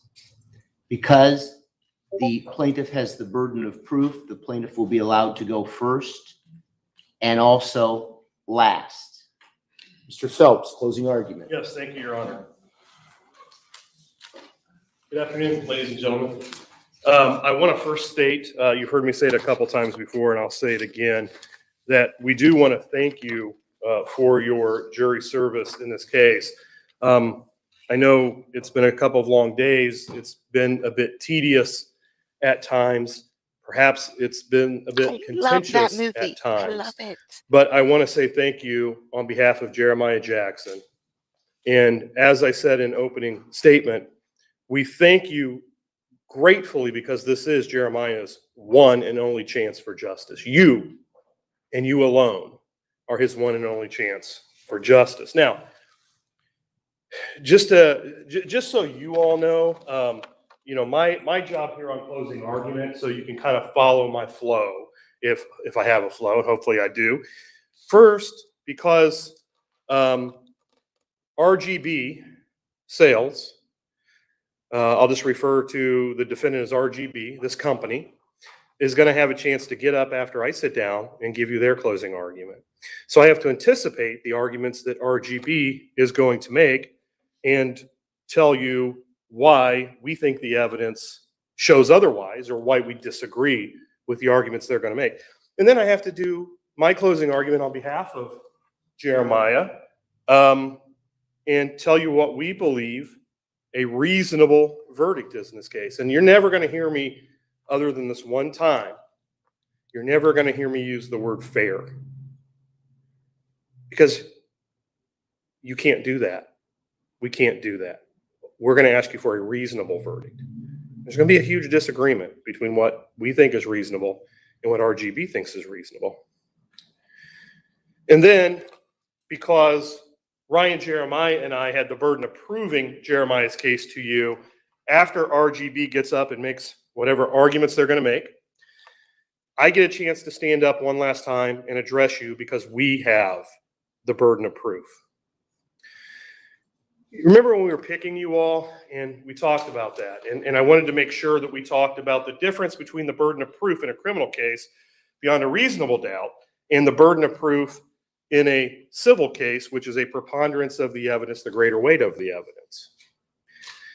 As I said then, and I'll remind you now, I'd ask you to remember as you listen to the arguments of counsel, as you go back and deliberate, I'd ask you to remember, and the judge is going to read you the instruction again, our burden of proof in this case is not beyond a reasonable doubt.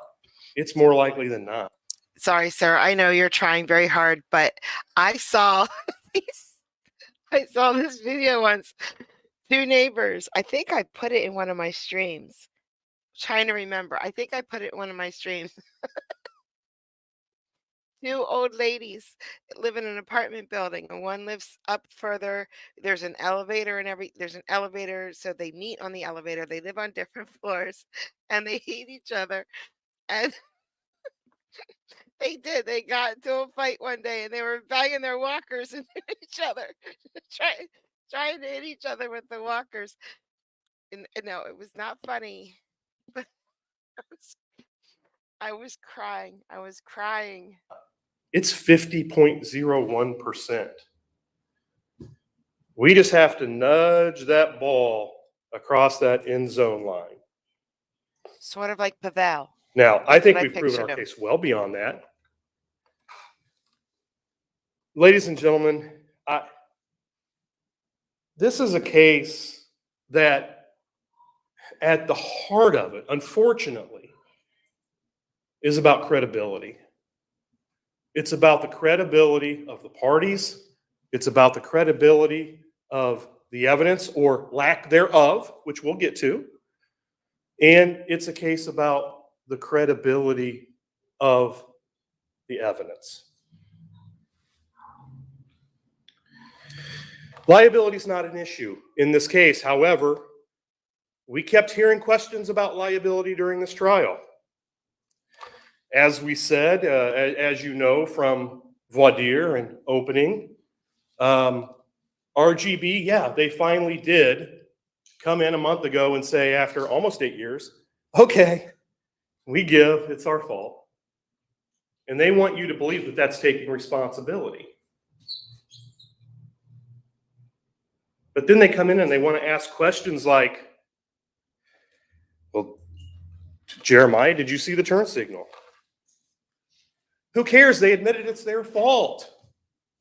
Well, he didn't run a red light, did he? Who cares? It's their fault. He failed to yield and turn left in front of Jeremiah. It's the exact same thing as running a stop sign or a red light. Is that taking responsibility? No. I think the worst thing I heard out of RGB this entire week, and I don't recall, and use your recollection, because my wife will say my recollection may not be the greatest sometimes. I can't recall if it was an opening statement or voir dire when RGB said, yeah, you know, this wreck, and this is the quote, oops, are bad. Are bad. Can I have you pull up stipulated exhibit, page 1?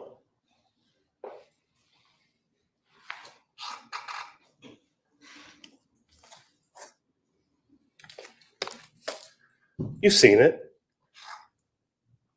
We're going to come in and take responsibility. Oops, our bad. As if they tapped Jeremiah's bumper or something. Credibility, ladies and gentlemen. Liability is not an issue. If you remember when we were picking y'all, we talked about the broken window, and I said, if I'm with my niece and she hits that ball over the window and she breaks the window, what's the first thing we should do? We should go take Run. responsibility. This is our Run. fault. We're so sorry. And we shouldn't wait 8 years to do it. And then we shouldn't, after 8 years, antagonize the homeowner who broke the window saying, yeah, but your window was there, so, you know, it's our fault, but oops, our bad. Or try to blame them further, which RGB has done in this case. That's all I'm going to talk about on liability. For purposes of the case, they've admitted fault. This wreck is 100% the fault of RGB. So let's move on to what we call damages. The injuries and the wrongs that were done to Jeremiah. And I want to talk again about credibility. I want to again bring this home to taking responsibility. He is an STD, Lori. All he needs is you. Do you recall hearing RGB say, you're going to see all these prior chiropractic records showing years or decades of neck pain and treatment? Remember that? Do you remember RGB spending 20 minutes with Dr. Reeser going, well, if he had all this chiropractic treatment, would that change your mind? And Dr. Reeser called RGB out and said, maybe, but I got to see him. Show them to me. Where are they? Where are they? Evidence is what's proven in the court of law, not what a party alleges is out there. I'll bet you the farm, my farm against your dollar, that if any one of those records existed, they would have been blown up the size of this back wall back here. They would have been blown up the size of that wall back there. And as you've heard, you see that 565-page exhibit, as you've heard, we agreed to any and all records before or after this wreck. Where are those chiropractic records? Credibility. Now, RGB wants to say Dr. Reeser's a liar because we're compensating for him for his time. But then they want to insinuate that these records exist when, where are they?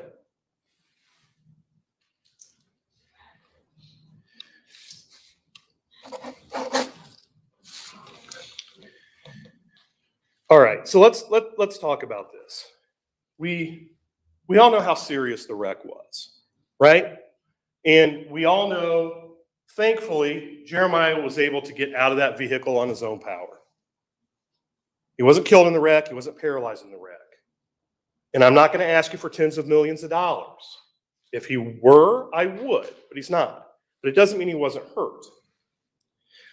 So Jeremiah goes home, realizes he's having problems, soreness, stiffness in his neck, and he goes to Goshen Hospital. Goshen Hospital does a CT scan of the neck, does some x-rays, and the CT scan and the x-ray show he didn't have any fractures. Doesn't have any fractures. But because a lot of these injuries don't have fractures but have things like herniated discs, other problems, that's why they tell you to go follow up with your family doctor if you're not feeling better. And that's exactly what Jeremiah did. So Jeremiah follows up with his family doctor. The doctor prescribes him tramadol, a narcotic pain medication, and muscle relaxers. And Jeremiah follows his doctor's recommendations and goes through a round of physical therapy. at the end of physical therapy, and look at the note, I think it was represented to you that he said he was 100, the quote was, he said he was 100% better when he left physical therapy. That's not what it says. I don't know if you caught that when it was up on the screen today, but you'll have it. If you look at that physical therapy record, what it says is still having intermittent neck pain today, 0 out of 10, having back pain, 2 out of 10. But Jeremiah explained to you at that time, he's on narcotic pain medication and muscle relaxers. So he gets out of the therapy, he's doing his home treatment. He's feeling better, he's not back to normal. And Jeremiah takes a few months and says, all right, let's assess where I'm at. Isn't that a reasonable thing to do? Isn't that isn't that exactly what a reasonable person would do? So he tries to go to work and he does. Is he able to do the work the way he did before? No. Is he able to work? Yes. Again, that's why we're not going to ask you for 10 or 20 or $30 million. He can work, he can walk, I have another one see done. his kids. But it doesn't mean he's not injured. So he's a hardworking guy. I think you heard that from all the witnesses. Despite what RGB tried to insinuate in cross-examination, the judge is going to read you instruction that you seven are the sole arbiters of whether those witnesses were credible or not. There was a suggestion that they're lying. Murder trial. There was a suggestion that Dr. Reeser's lying. But you saw the manner in which they testified. It's up to you all to decide if you believe them or not. They all talked about the things that Jeremiah couldn't do and slowed down doing right after the wreck. So Jeremiah's a hardworking guy. You shouldn't hold that against him that he tried to go back to work, that he tried to provide for his family. He tried. He tried to go back to teaching jujitsu. He couldn't do it the way he did before. The neck didn't get better. After a few months, he gets back to the doctor. He ends up with spine surgeon number 1. You heard that. Spine surgeon number 1 does a CT scan, an MRI. Now, keep in mind, I told you in opening, I'll say it again. You've heard me say it a few times. Jeremiah had never, before this wreck, had to have a CT scan or an MRI. What does that tell you? He never had a serious neck injury before this. The absence of a CT scan or an MRI of the neck shows he never had a problem with the neck. So doctor number 1 decides to do a series of injections, 1 therapeutic, 1 to help identify where the pain and the numbness, the radiculopathy is coming from. He gets slight treatment from the therapeutic one for a short period of time, which is good because number 1, it shows he injected the right spot, right? You heard Dr. Reeser and Dr. Smucker talk about that. But the pain comes back, so then he does the diagnostic block. We want to confirm. So he does the shot in C6-7. Again, he gets temporary relief. Confirmation that's where it's coming from. So spine surgeon 1 here sends Jeremiah to spine surgeon 2, Dr. Smucker in Carmel. You heard Jeremiah say it. One of the reasons he went to Dr. Smucker was that it was representing him. Dr. Smucker is one of the best in the state. Dr. Smucker says, okay, surgery's an option. Jeremiah says, well, let's hold off on that. What are my other options? And Smucker says, that's a completely fair question. Let's try some more injections. He tries some more injections, doesn't get relief. Now, I think you've heard over and over during this case that Jeremiah's condition, and by condition I mean the pain and the numbness and tingling down the arm, waxed and waned. You heard both Dr. Reeser and Dr. Smucker say that is absolutely 100% typical of this type of injury. And if you remember Dr. Smucker's testimony, when RGB was cross-examining, well, they were doing direct at that time, taking his deposition. Well, doctor, this numbness and tingling didn't start right away, so it's not related, is it? And Smucker goes, you can't say that. This is typical of an injury like this. And he was adamant about that. Well, doctor, he went to the physical therapist one time, and on that day, his pain was 0 out of 10. What did Smucker say? waxes and wanes. This is typical for this type of injury. What do we know? From the day of this wreck until the day of the surgery, Jeremiah had waxing and waning of this neck injury that resulted in a surgery. Never had to have a CT scan on the neck before, never Murder. an MRI, certainly never a surgery before.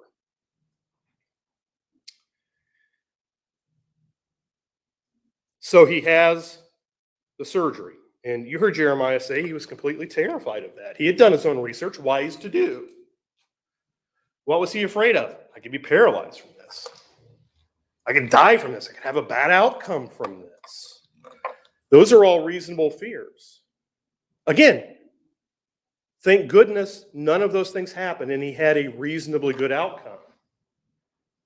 But just because you have a reasonably good outcome doesn't mean your worry about those things doesn't matter.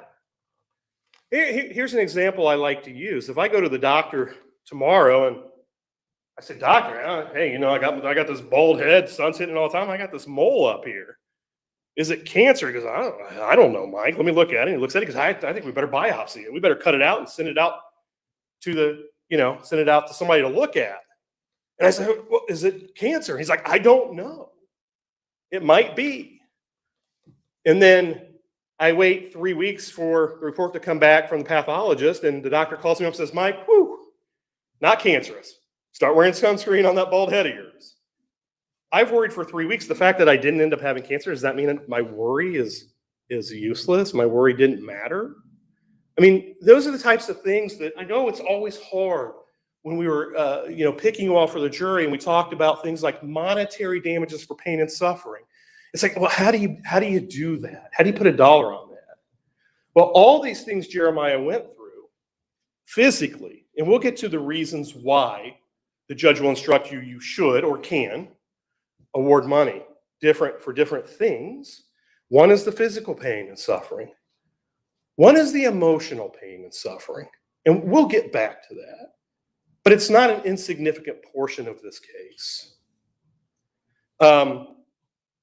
So he has the surgery. He has a reasonably good outcome. Jeremiah is able to live a life, a new normal for him. But it's not who he was before. Ladies and gentlemen, I think one of the most important things about us living in this great country and being free is it's the things that we do on a daily basis that make us who we are. And what I do that's important to me may be different than what Ryan does that's important to him, or what Jeremiah does that's important to him. But if we think about some of the things that we do, whether it's work, whether it's a hobby, whether it's a second career, whether it's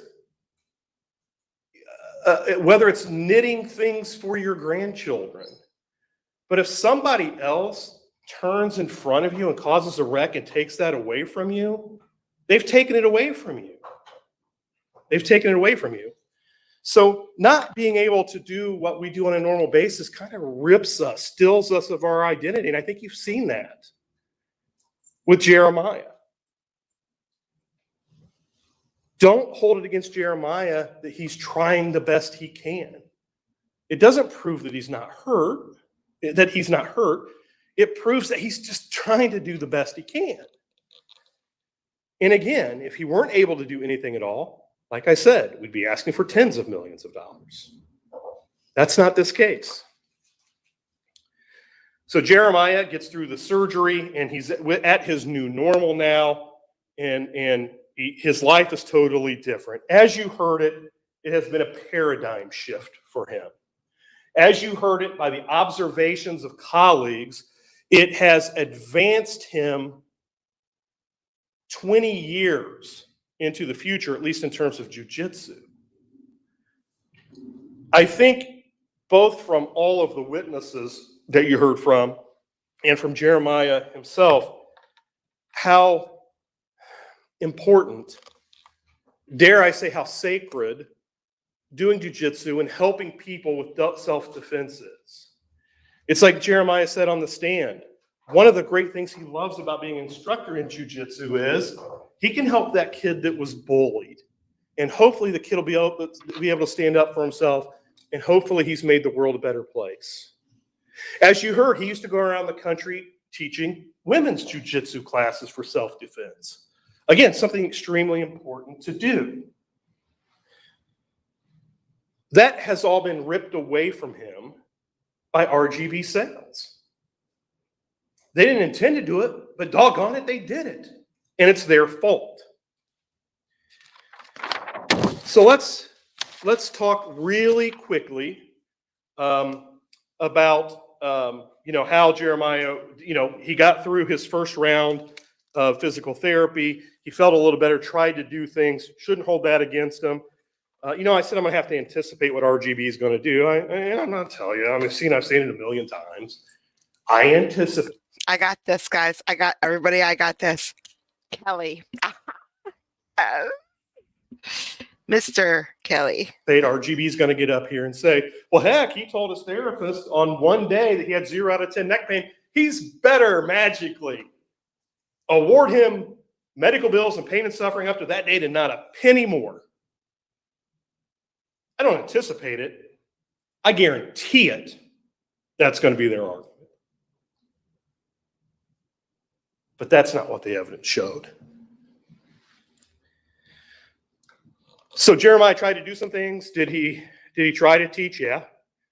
Did he go ziplining? Yeah. Did he go with his wife four-wheeling off-road? I don't care what we call it. Did he go with his wife and a friend four-wheeling off-roading? Did he try to? Yeah. What'd he say? I paid for all those things. And I realized I can't do them. So I don't do them anymore. What do I do for a hobby now? I grill meat. Which, as you can tell by looking at me, hey, Jeremiah, we're great friends. We're going to be really good friends now. But that's not who he was. That's not who he was. So where's Jeremiah now? He, arguably, I would argue he's a shell of the man he used to be. I think he's a shell of the jiu-jitsu instructor he used to be. I think you've probably heard it from the witnesses and from Jeremiah. I think Jeremiah is a shell of the confident martial artist he used to be. But has he given up? No. Is he going to give up? No. Does that mean you should award him a tiny bit of money because he hasn't given up? No. No. So let's talk just really quickly. Let's talk about credibility just for a minute. What did RGB say in their opening statement? They said, well, Dr. Smucker is going to tell you he solely took Jeremiah's word for when this started. And that's it. What did he testify to? What did he testify to? I think you've answered this, but I just want to be sure. I want to be clear. I have an understanding of your answer. Do you have an opinion as to whether the September 15th, 2016 motor vehicle accident was the reason Mr. Jackson required the surgery you performed? He says, I took him at his word for that, and that's why he sought care historically with me. I had no reason not to believe Mr. Jackson with respect to what he shared with me. He certainly didn't share anything more or anything less about that. And then the next question, if he had shared with you that he had prior complaints of neck and shoulder pain and chiropractic care, well, he didn't share it because he didn't. Again, where's that record blown up the size of the wall? But again, credibility. But even if he had it, would that have changed your opinion regarding taking him at his word? Answer, no. No. Why? Because this waxing and waning and trying conservative treatment is typical. And surgery shouldn't be rushed into. And I think Dr. Reeser and Dr. Schmucker both pointed that out to you. Okay.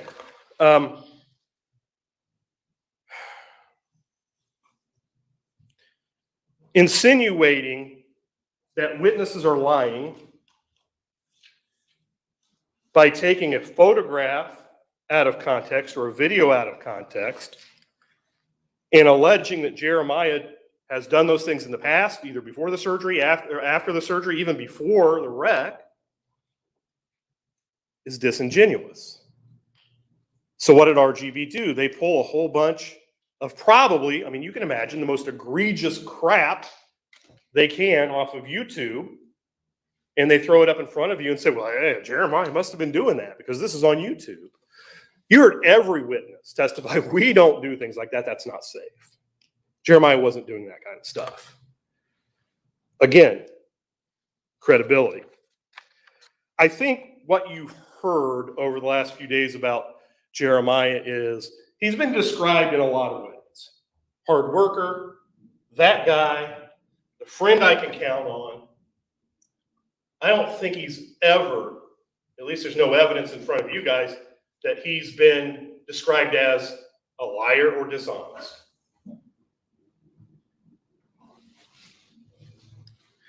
Likewise, credibility. What was the cross-examination of Dr. Reeser? Well, Mr. Phelps has had you testify for his clients before. You're being paid, so therefore you're lying and saying what Mike and Ryan and Jeremiah want you to say. And what do you remember Dr. Reeser's response? He laughed. He said, no, I've testified against Mike before. I've testified against Mike as many times as I've testified for him. I've testified against Mike when insurance companies have hired me, when other companies have hired me. I don't even know necessarily if it's a plaintiff or defendant who's sending me a file and a person to look at. I'm doing an independent medical examination. And Dr. Reeser goes on to say, RGB, if I did what you're suggesting, basically I'd be out of business because number one, I'm going to be in front of a jury and you're going to be cross-examining me. And number two, I would never do that. Remember, and I said, Dr. Reeser, have I ever in my life asked you to come to a specific conclusion? No. What would you do if I did? I wouldn't take the file, wouldn't take the case. Unfortunately, when we get in litigation, it's an adversary, we're adverse to each other. We have the burden of proof. So what do? We brought both Dr. Smucker and Dr. Reeser in for you to testify. Did RGB bother to do what they can do under Trial Rule 35 and make Jeremiah go see a doctor of their choosing? They didn't. They could have. They didn't. Why not? Why not? Did they not want to hear what the opinion would be? I don't know. But they didn't do it.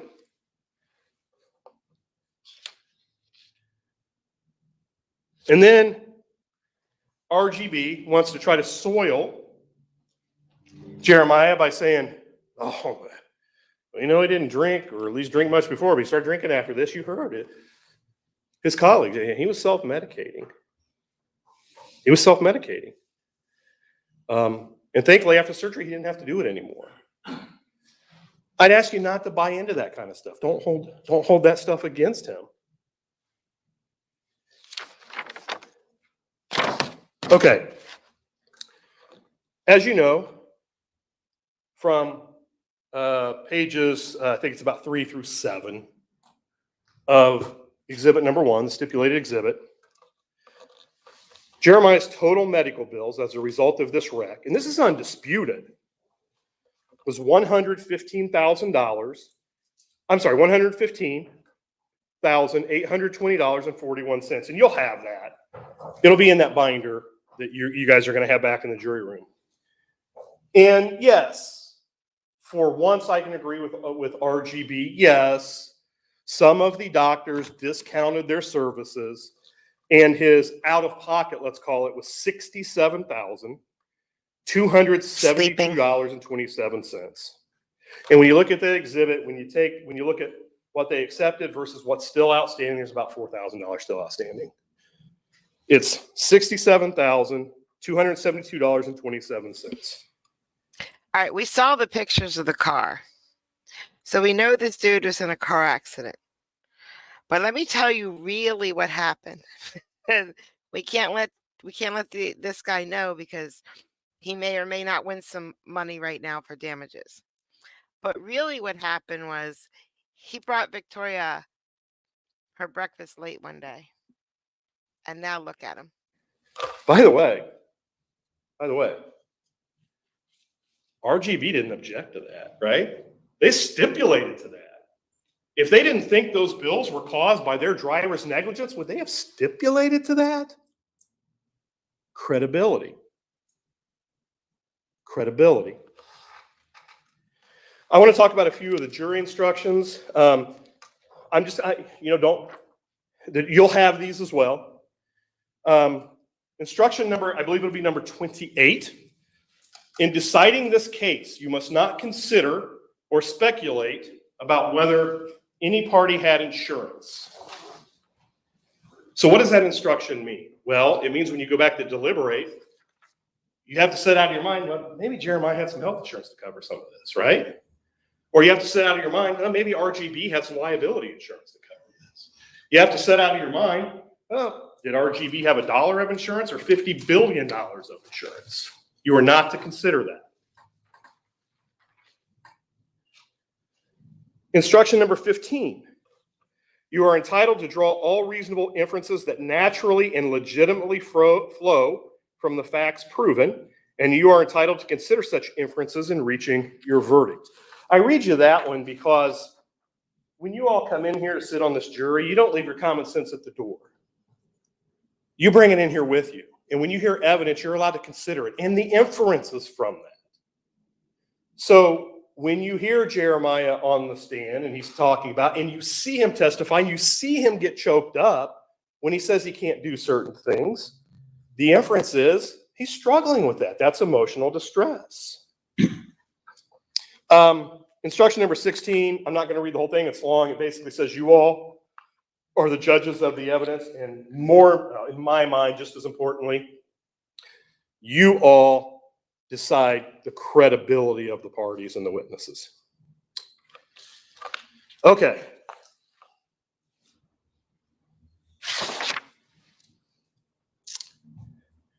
Before I talk about damages and what we... I hate to tell you this, Fozzie, but the Steelers only have a 29% chance of making the playoffs. I mean, we're still going to fight for them. We're still going to fight for them every single game. We would respectfully request that you award for damages in this case. I want to talk about credibility on two other occasions. Do you remember RGB standing up in an opening statement and saying that you're going to hear that at some point Jeremiah did something and he had a big pop in his neck? Remember that? It's not what you heard, is it? The medical records show, and Jeremiah testified, he had a pop in his shoulder. He felt like he'd done something with his shoulder. He had problems with the shoulder for a couple days and it went away. And I hope you all remember, I said, Jeremiah, are you asking the jury in any way to compensate you for that? No. It has nothing to do with the neck. But it's important because of credibility. Credibility. The pulling or the tearing sound in the neck when he was stretching on the mat with his head on the mat. He went straight to the doctor. He went straight to the doctor and said, hey, doc, I felt this. I just want to make sure you knew this. What did Dr. Smucker say? Had nothing to do with the injury that caused the surgery. He had pulled his neck. It got better. Has nothing to do. We're not asking you to compensate Jeremiah for that. Credibility, though. Because RGB wants you to believe that there was a big pop in his neck when he never had a pop in his neck in the first place. And they want you to believe he had this horrible tearing accident that caused the surgery. When the doctors say, both doctors say, neither one of those had anything to do with anything we're talking about.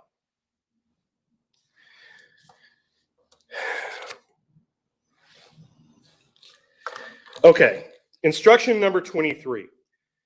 If you decide from the greater weight of the evidence that RGB Sales is liable to Jeremiah Jackson, then you must, not should or can, you must decide the amount of money that will fairly compensate him. That's the court's words, not my word, but reasonably compensate him. In deciding the amount of the money you award, you may consider, and there are 8 things you can consider. Number one's the biggest one. The nature and extent of the injury and the effect of the injury on Jeremiah Jackson's ability to function as a whole person. Now that goes to Dr. Reeser's 25% permanent partial impairment rating. But it has much more significance than that. That goes to the paradigm shift. That goes to the man that you see sitting here today is not the man you would have met the day before this wreck. What was the evidence on that? Again, he was that guy. He was always there. He could fix anything. He worked hard at work. He worked hard working at jujitsu. He worked hard to teach his students. He was always there, instructing 5 days a week. None of that's true now. Number two, whether the injury is temporary or permanent. Well, we know the answer to that. He's got a 25% permanent partial impairment rating. It's permanent. He's not the same person he was before. The value of lost time and lost earnings. Now, ladies and gentlemen, we're not sitting here asking you to award Jeremiah a specific dollar amount for what he lost in teaching jujitsu. In fact, it'd almost be impossible to calculate. But the first part of that, the value of lost time, the value of not being able to do the things he used to do, or not being able to do the things the way he used to. He's entitled to recover money for that. The physical pain and mental suffering Jeremiah Jackson has experienced as a result of the injury, that speaks for itself. I mean, I know the mental suffering's tough. The reasonable value of necessary medical care, treatment, and services Jeremiah Jackson has incurred as a result of the injury, well, we know 115 was billed and about 67 was paid. That's the simple one. Number 6, the aggravation of a previous injury or condition. Well, again, there's zero evidence that he ever had any treatment on his neck before this. And if we're talking about the Klippel file stuff, I think that cross-examination, Dr. Reeser's deposition went on for 20 minutes. And what did Dr. Reeser say? It had nothing to do with anything we're here to talk about. It's not the same area of the neck. It had nothing to do with his injury. It had nothing to do with the surgery. So, but if for some reason you think Jeremiah had some sort of pre-existing injury to the neck, the judge is going to read you an instruction that, guess what? RGB is responsible for the exacerbation or worsening of that pre-existing injury. They're liable either way. The disfigurement and or deformity resulting from the injury as well. You heard how they cut his neck, moved his throat over, put a cadaver bone in there, put a cage. He's got to live with that the rest of his life. You heard that he can't move that level. You heard that he's at an increased risk of degeneration at the level above and a level below that fusion because they're now bearing that load. In the life expectancy of Jeremiah Jackson. In other words, he's going to live with this permanent injury from the day this wreck happened until the day he dies. Let that sink in. He's going to live with the results of RGB's driver's actions from the day of the wreck until the day he dies. That's undisputed. There's no doctor who disagrees with that.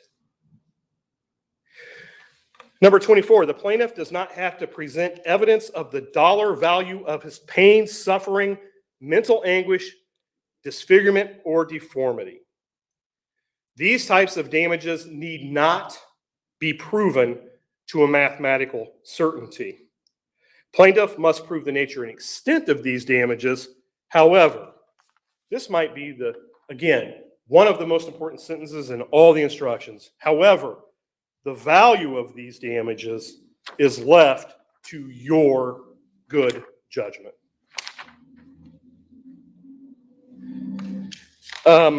Instruction number 25, we have and we will ask you to award money based upon Jeremiah's life expectancy because he's going to live with this injury until the day he dies.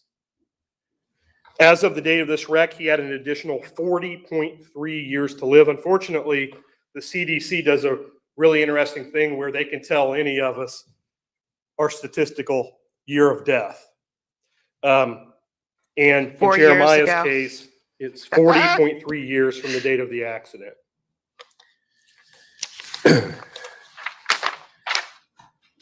Again, instruction 26, damages need not be proven to a mathematical certainty.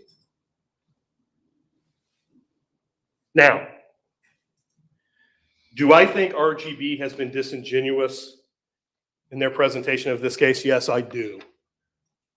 Do I personally think it's reprehensible and despicable? Yes, I do.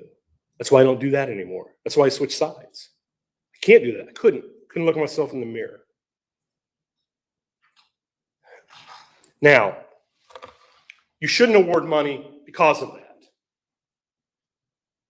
All that is smoke and mirrors and a smoke screen to try to divert you all from what the evidence actually was. You should award your verdict based upon the evidence.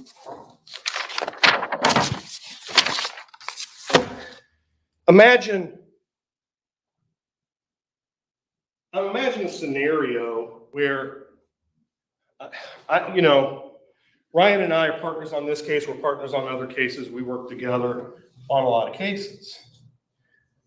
I imagine Ryan coming up to me and saying, "Hey, Mike, I want to make you a deal. Hey, how about this? Let me hit you in the neck with a baseball bat as hard as I can. Or let me turn my car in front of you going 50 miles an hour. I'm in. However, Let's do this. You're going to have the exact same injuries and the exact same damages that Jeremiah had." And I'm like, "What?" I'm like, "Dude, Ryan, no. I mean, let's not do that." And he goes, wait. I'll pay you for it. I'm in. Yes, I'm in. And Ryan says, Let's do this. "I'll give you $100 to go through what Jeremiah's gone through." No, I don't think so. I'll give you $1,000. I'm in. I don't think so. $20. I'll give you $100,000. No brainer. No, I don't think so. I'll give you $1 million. No. Is there going to be a time where Ryan offers me enough money that I'm going to bite the bullet and I'm going to say swing away or turn in front of me? Yes, yeah, sir. because at some point it's a life-changing amount of money. It's not going to be for $100,000 or $1 million. And I think, as Jeremiah pointed out, I said, "Hey, Jeremiah, if I gave you $1 million to go through this again, would you do it?" And he said, "No, I just want to go back and be the way I was before." Now, remember I told you I have to anticipate what RGB is going to say. And I promise you, RGB is going to get up as soon as I sit down, and they're going to say something like this: "Oh, look how much money they asked for. Now you know why we're here." Or, "Oh my gosh, Mike's crazy. Now you know why we're here." Remember, I just asked you, when you hear those arguments, remember Ryan's proposed deal with me. What would I take to do it? Setting aside that you're going to hear he was completely better after physical therapy and you should award him $10,000. Or, well, maybe the evidence does show the surgery is related and, you should award him $250,000. Neither of those are supported by the evidence. Ladies and gentlemen, here's what we ask you to do. And I do this wholeheartedly, and I do this not hoping you go back to the jury room and say, "Oh, Mike just did that, hoping we'll come back at 80% or 75% of what he said." The numbers I'm about to give you, I wholeheartedly believe the evidence supports, and Jeremiah deserves and is entitled to. So for going through the wreck, going through all of his treatment, not being able to do the things he could do before, not being able to do the things as well as he did before, for the paradigm shift that we heard of that was forced upon Jeremiah Jackson by the negligence of this company, up through his surgery and recovery, we would ask you to award him 10 times his medical bills. 10 times his medical bills. I know that's a lot of money. But if Ryan said to me today, "Would you do it for 10 times the medical bills?" Here's the bat. I'm not doing it.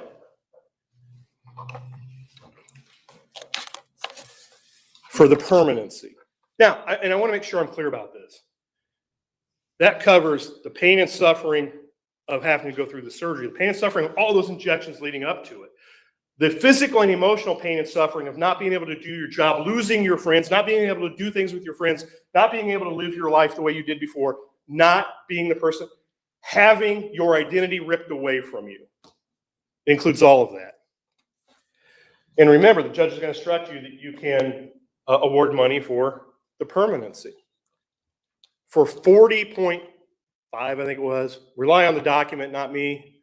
I admit I was wrong about the 4,000 pound safe. It was only 800 or 1,000 pounds. Sorry.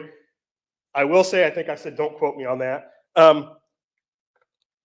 But for the next 40 odd years, every day of his life, Jeremiah Jackson's going to get out of bed. It's going to wax and wane. He's going to have pain. He's going to have stiffness. He's going to be at risk of the degeneration at the adjacent levels. He's never going to be the teacher he was before. His career was fast forwarded by 20 years. For me, that would be great. I'd be retired sitting in Phoenix or something, but I'm not him. He's that guy. I'm not. That was all taken away from him. So for his permanency, I would ask you to award $1,000 per year per percent of his permanent partial impairment. That is $25,000 a year for 40.3.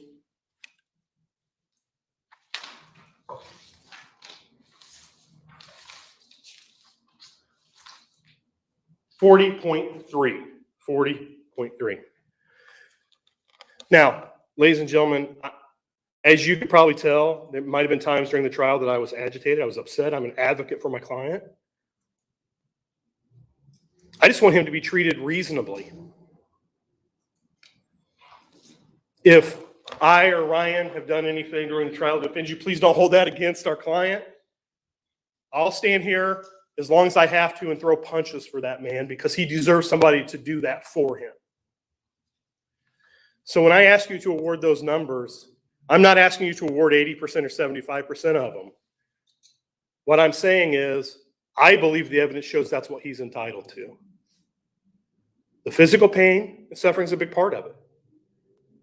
But please don't discount the emotional part of this man's identity being ripped away from him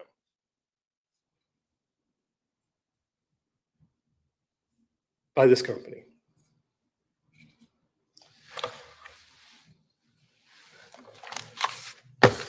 I'll have a chance to speak to you briefly again. I promise I'll try not to belabor anything. Thank you. Thank you, Mr. Phelps. Ms. Pollack, you ready for closing? I am. Proceed, please. Well, I guess I'm a pretty horrible person, you guys. All right. This is a very good stopping point, or this is not a very good stopping point. We're good for the day and end the stream and go eat some ice cream and start with her tomorrow? She takes an hour. Or should we go through the hour and get it done? Actually, let's do a full-on poll. I'm going to do a full-on poll. Engage with your audience. Start a poll.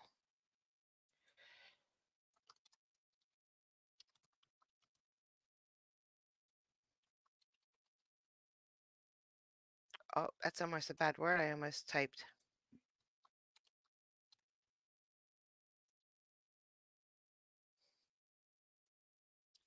All right, the poll is up. No?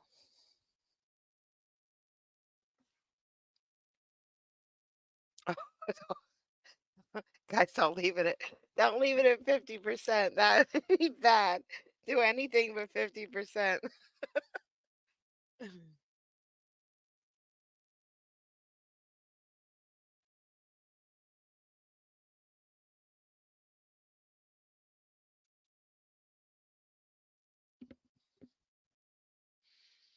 can leave it at that. Fozzie will be happy.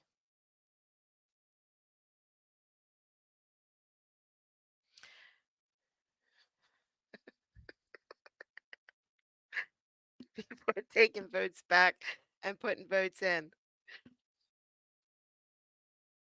18 people, 17 people, 18 people, 19 people. All right, I'm going to end the poll. Last chance to have your voice heard. See, this is what happens when you don't vote. You don't get to choose what happens when you don't vote. Go vote, guys. We're going to keep going. The poll says some little tiny itsy bitsy little numbers. Go, 63%. Stop, 36%. Okay, here we go. Let's get through this. Okay, I'm not gonna respond to the personal attacks, not gonna respond to the allegation yesterday that I was lying about having social media evidence. Here's the deal. We came in here, we told you it was our fault, the accident was our fault. You saw the pictures, it was a bad accident. We never said it wasn't. We never said it was a minor accident. What I did say, it was minor injury, and it was. Can we get some slides going? This is an accident from which both the drivers, fortunately, jumped out of their cars. Mr. Jackson's own words, jumped out of their cars afterwards. All right, he goes to the emergency room, not in an ambulance, because the paramedics checked him out. He's moving his neck at the scene. He decides to go later because he's getting, stiff neck. He goes and gets a CAT scan, no fractures, no subluxation, whatever that is. No acute fracture, okay. Degenerative changes, we sure didn't cause that.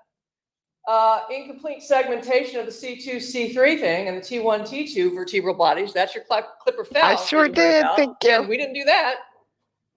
And he's told he's got a little bit of whiplash. Wait a minute, go back. Are those the same? No. Are those the same? Yeah, it's like. Oh, one's bigger. Okay. All right, next.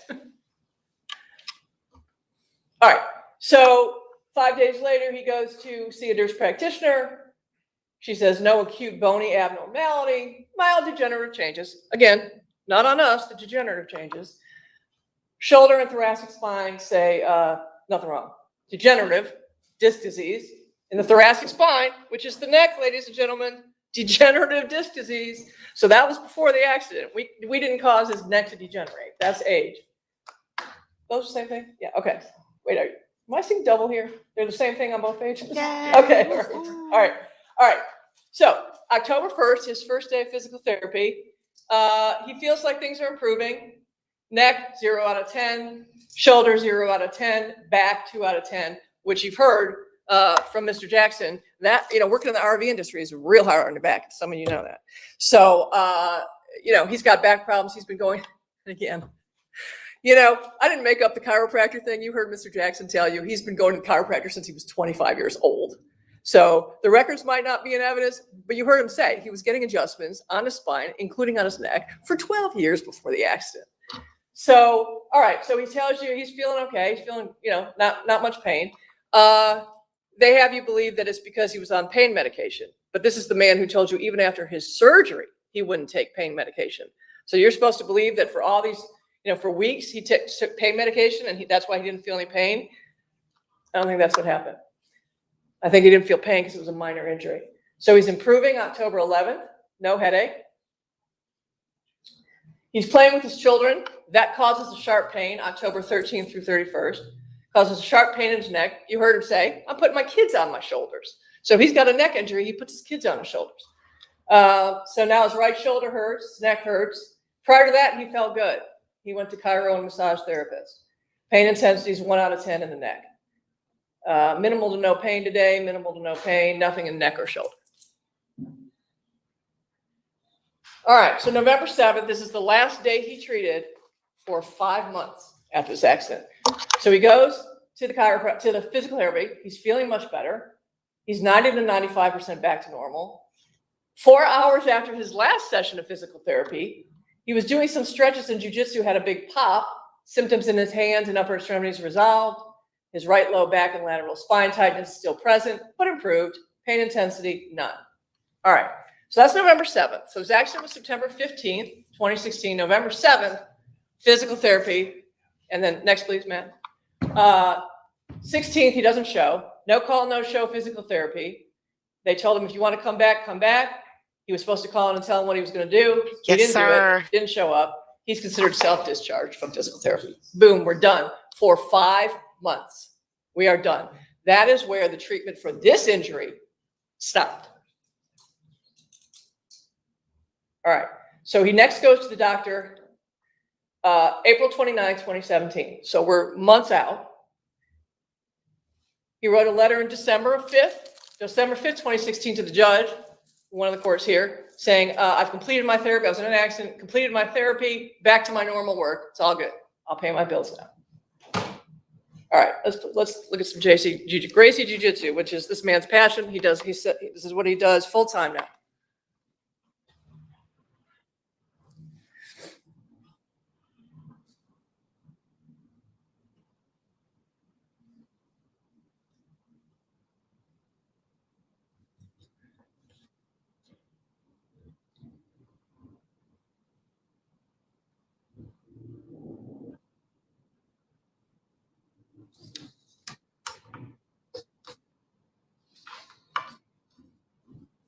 I felt bad saying this because this is what he can no longer do like he used to.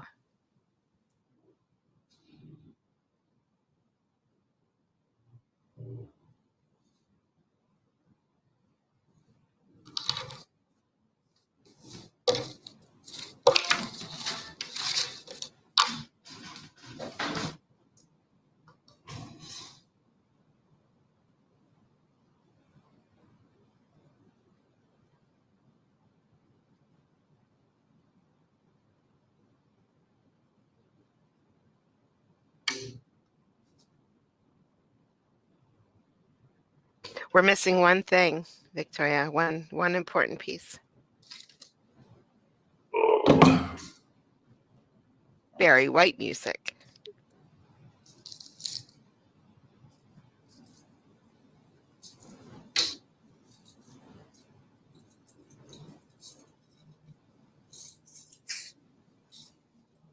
All right, next, Matt, please. All right, so again, stopped treating in November 2016. Now June of 2017, he goes to IU Health, Goshen Ortho and Sports Medicine, sees Dr. Hartman. He's got neck pain and numbness in his right hand. He said physical therapy helped. Then he saw a chiropractor, which made his pain worse. 2 to 3 weeks ago, he saw the chiropractor again, and he started having sharp pain down his right hand. Right hand numbness and tingling started after completing PT. So he's got these new symptoms that started after he was done with PT. Sounds like they started after he started seeing a chiropractor who maybe didn't know what he was doing. So he still works building RVs. He's a self-defense instructor, and he continues to do both of those. His neck pain is his worst pain, getting worse, whiskey every day. Next. All right. July 27, 2017, neck pain is coming and going. He's got the congenital issue that we talked about, the Clipper file, and he's diagnosed with cervicalgia, and then there's a plan of nerve injection. So again, this is almost a year after the accident now, and several months after he had stopped treating. Next, please. November 21st, 2017, he goes to see Goshen physicians, and he's complaining of lower back pain and neck. And you've heard that the RV job, very hard on your lower back with the tool belt and such. He'd been having lower back pain and neck pain for years since he'd been in the RV business. No radiation of the pain. Pain is sharp, aggravated by daily activities. Had back pain for 3 days. Neck was injured in a car accident. So now he's trying to relate it back, even though he had a big gap in treatment. He says marked improvement in headache, but the low neck, upper back pain persists. He complains of high back pain between the shoulder blades for 3 days, but he's active in jiu-jitsu and believes this may have exacerbated it. So active in jiu-jitsu, ladies and gentlemen, that's not really what we heard from him on the stand. He basically sounds like he's a bystander now. I stand there, I tell kids how to do it, but I don't really participate. Active in jiu-jitsu and exacerbated his injury by his own account to the doctors. And you heard him tell you how honest he is with his doctors, right? Next, please. All right, so February 13, 2018, he goes to see Dr. Caldwell. Symptoms have worsened since his MRI last June. So he had an MRI in June of 2017, long after the accident, and then his symptoms got worse after the MRI. He's quite active in the labor, seems more interested in non-fusion techniques. So very active, got worse since last June.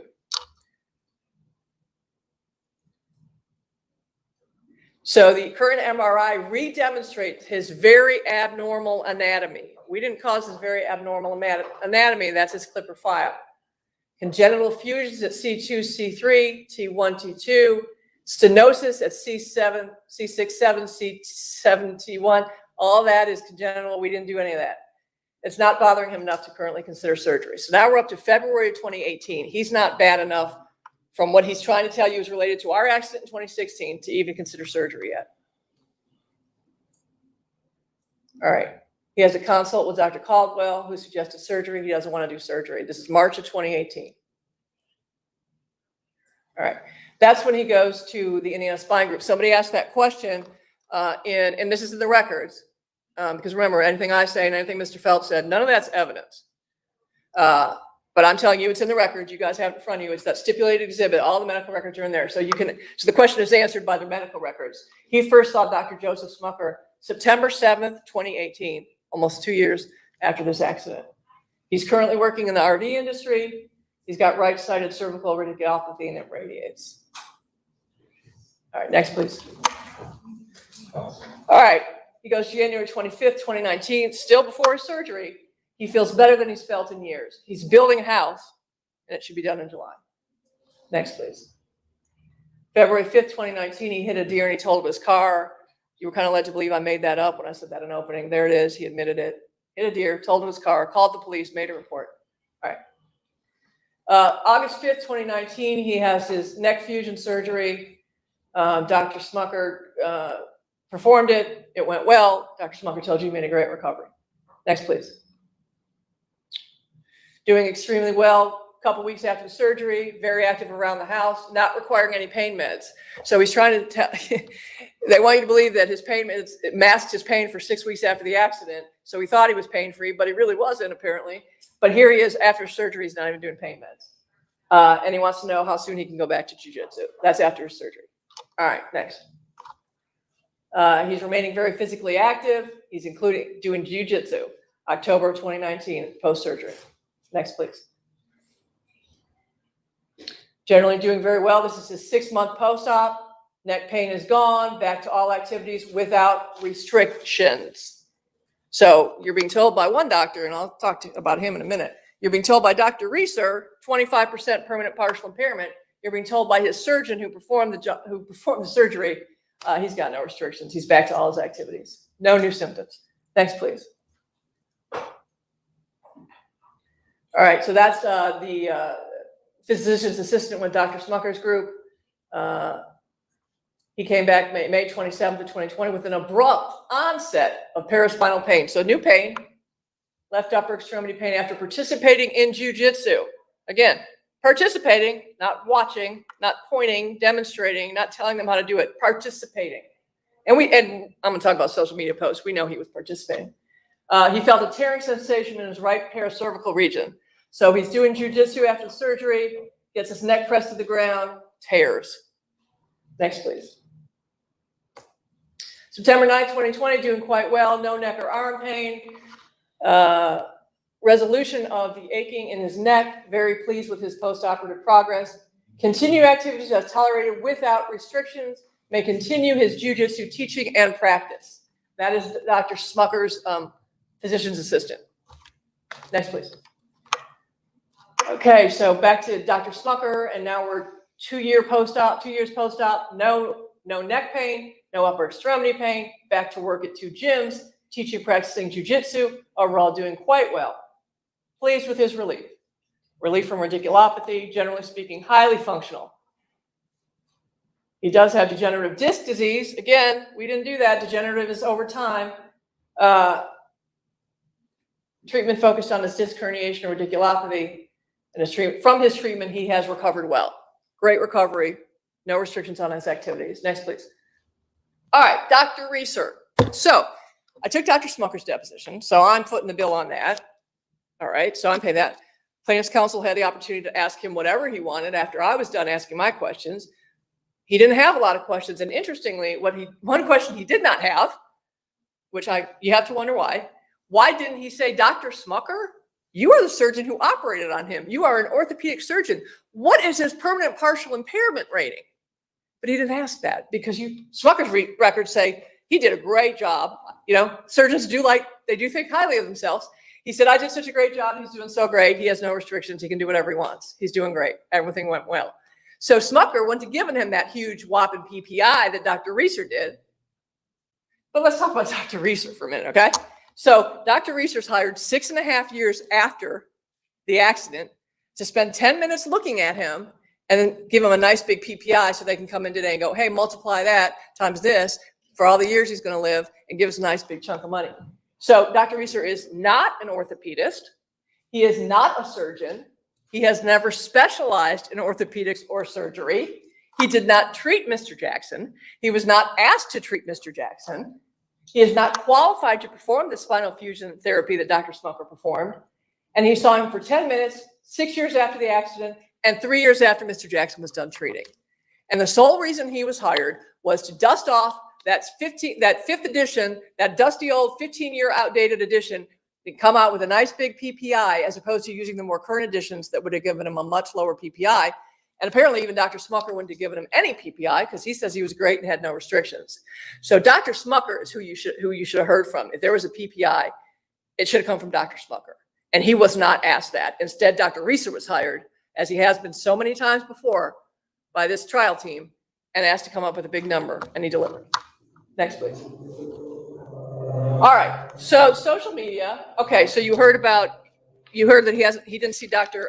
Smucker for 3 years after the accident, stopped treating after a few weeks after this accident.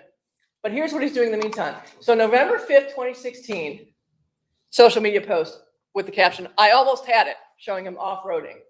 So he's not even done with his physical therapy for this accident that they would have you believe is life-changing and permanent and he'll never get over.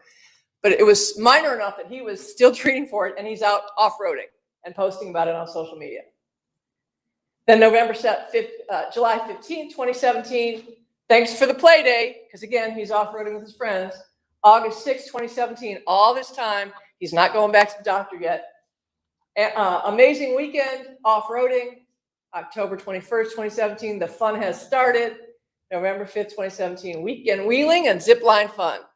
So he's all over social media, bragging about his off-roading from the time before he was even done treating for this injury and all through 2017. Jiu-jitsu, he's posting in 2017, he rolled hard, his favorite night, mount rolling, back mount, arm bars, half back, and he doesn't like following doctor's orders well. Then you see it November 27th, 2017, photo of Jeremiah on the Gracie Jiu-Jitsu Facebook page with somebody who's got their legs over his neck. And then 2018, good rolls. Hung siding, July 12th, 2018, thinking about competing. Now, thinking about competing, that's sparring, that's competing. And then July 20th, taught 10 classes that week after working his RV job full time. That does not sound like a man who had restrictions. Working around the house, he's on Facebook on July 29th, 2018. So after this parade of witnesses we had to testify about how he's just not the same person, he can't do anything, he used to do all this stuff, now he can't do anything. He doesn't off-road, he doesn't wake surf, he doesn't do anything. But here he is going, hey, here's what I did today. Fixed the Jeep, patched 4 tires, fixed the lawnmower, new deck spindles, replaced the belt, fixed mom's van, new rear brakes, bleed system, water garden, fixed golf cart, clean up shop.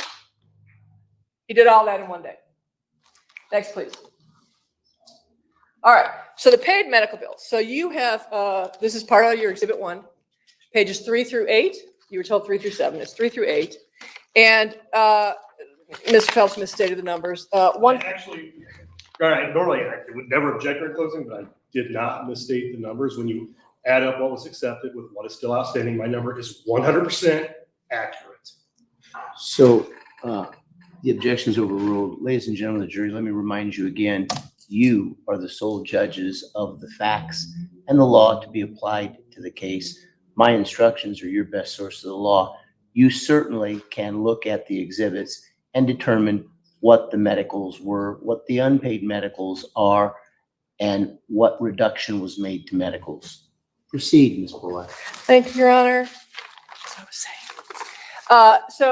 The total bill is $115,820.41. Okay. And as we talked about in voir dire, you may recall, I said, they inflate the numbers so they can accept way less. That's just the way this works. Unfortunately, that's the way medicine works. So they inflate the bills, they bill 115, and then the Stanley number is what they actually accepted. They're like, all right, we'll take 62,951.13. So that's the number they accepted.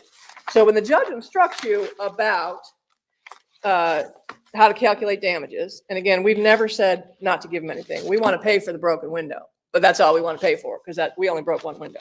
So when you are asked, when you are looking at what to consider, number 5 is you consider the reasonable value of necessary medical care, treatment, and services that he incurred as a result of this injury. So 2 things you're going to need to figure out there that we don't agree on. Reasonable value. I submit to you that the reasonable value is the amount the providers accepted. They said, yeah, we know we billed you 115, but we'll take 62. So they took 62. So that's the reasonable number because that's what they said. That's good enough. That's what we'll take. Not the 115 that they billed because that's not what they expected to get paid. It's not what they got paid. So reasonable value, and I suggest to you that it is the amount that they accepted, the $62,951.13. Now, the second part of that is the reasonable value of necessary medical care, treatment, and services that Jeremiah Jackson incurred as a result of the injury. So that's another place where we differ.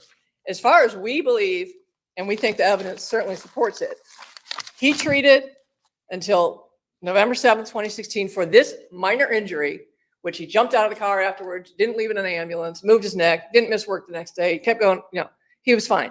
He stopped going in November 2016 to physical therapy. He didn't have pain. He was 95% better.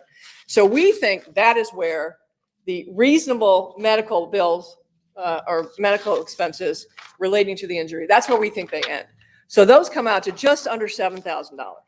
Now, if you do believe that this injury was related, which I don't think the evidence supports, but if you do, perhaps you agree with Mr. Phelps, if you think it was related, then the number that he was billed was $62,951.13. That was the amount that the providers accepted.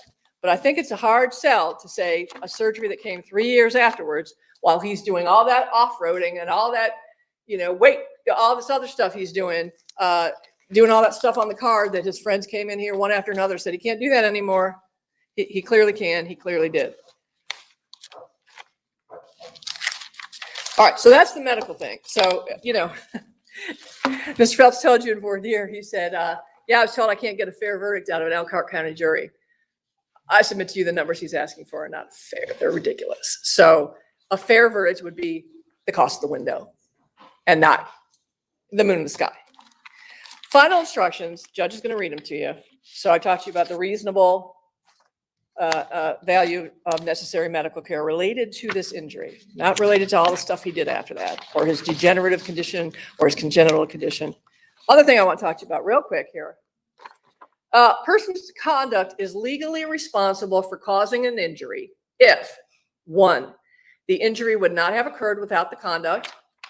We agree to that. Mr. Holland turned left for whatever reason. He didn't see him for whatever reason. Yeah, we agree. He was injured as a result. It would not have occurred without the conduct. But here's the switch. Number 2, the injury was a natural, probable, and foreseeable result of the conduct. This is called a responsible cause. So we submit to you that the treatment he received afterwards and for several weeks up to November 7th was a natural, probable, and foreseeable result of the conduct. But whatever was going on with him in 2017 and 2018, when he's all over Facebook bragging about all the stuff he's doing and how much fun he's having off-roading and all his extreme sports and his zip lining and his, hanging siding and all that other stuff, and then he goes to a surgeon 2 years later, that's not a result of this. That's something totally different, ladies and gentlemen. So I thank you on behalf of Mr. Misery with Rink Kathy and his partner, Tyler Kathy Kritzman. Bates. Mr. Rink's been here. They own RGB Sales. This means a lot to them too. This is, their company. Its name is being impugned. I don't know why we're hearing all this stuff about liability. We came in here and we told you it's our fault. We really did. And so Mr. Phelps, with no evidence whatsoever in the record, says we didn't do it till a month ago. That's Mr. Phelps's argument. There's no evidence about when we did or didn't do it. So the bottom line is we came in here, we said, this is our fault. We didn't minimize the accident. We didn't say it was minor. We said the injury was minor. And that's why he stopped treating on November 7th and didn't start treating again for almost 6 months. So all I ask you, ladies and gentlemen, is to be reasonable, to be fair, and to just charge us for the broken window and not for new windows for the whole house. Thank you so much for your time. Appreciate your patience. I know there was a lot of blah, blah, blah between us, and I know it was annoying to listen to it. But do appreciate your time on behalf of Mr. Rank and his company and Mr. Kritzman and their company. Very much appreciate you. Thank you. Thank you, Ms. Pollitt. Mr. Phelps, rebuttal. Yes, thank you, Plaintiff. Your Honor. Ladies and gentlemen, I am totally at a loss of what is so funny about this situation. Be that as it may, the defendant admitted fault last month. Period. 100%. I'm being 100% honest with you. If Miss Pollock, she got up and she said, oh, she should feel bad. No, she's just a paid mouthpiece for this company that caused this. I couldn't look myself in the mirror doing what is being done in this case if I were her. I'd give her $1 million cash if she could prove that she admitted fault before last month.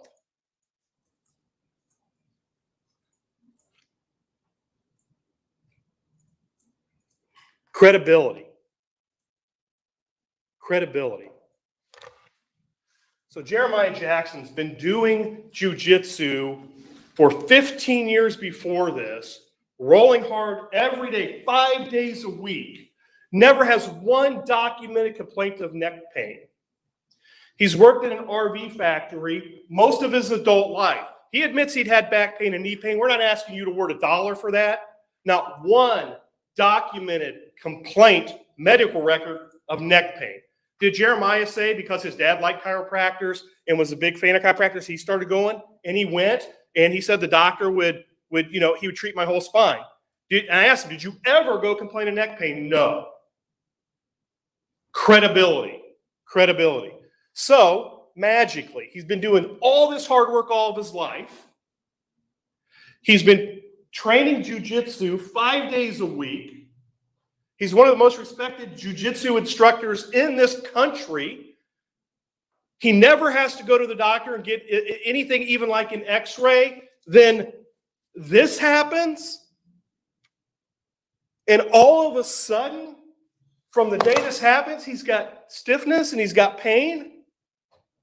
And that's somehow related to Klippel-Feil syndrome or working at a freaking factory? Are you kidding me? I'm going to take a breath. Credibility. Okay, now keep in mind, you saw that timeline.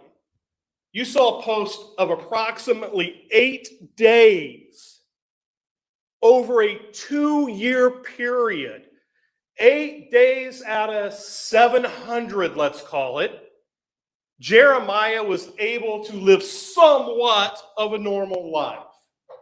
But because of that, he's 100% better?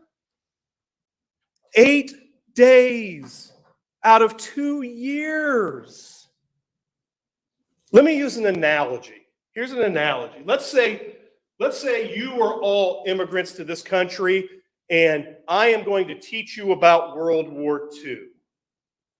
And you all come to my class, and I decide I'm going to play a trick on you. And this is the exact same trick, dishonest trick, that not Miss Pollock's pulling on you. RGB is pulling this on you. Has nothing to do with me and her. This case is about Jeremiah Jackson. They're on trial, not Jeremiah. They're the one who caused this. Anyway, so my analogy. You come to me and I'm going to play a trick on you. I'm going to convince you that the Axis powers, Japan, Germany, and Italy won World War II. What would I do? Well, what I'd probably do is, and Your Honor, may I grab the exhibit book? You may. Thank you. What I might do is say, hey, here's a 500-page textbook about every battle of World War II, right? I'm going to pull out Pearl Harbor. I'm going to cherry pick one record and say, oh, look at that. The Japanese beat the Americans, right? Then I'm going to turn to, I don't know, the Battle of El Alamein, where at the beginning, the Americans and the British were losing the fight in North Africa for a couple days. Look, the Germans beat the British and the Americans in North Africa.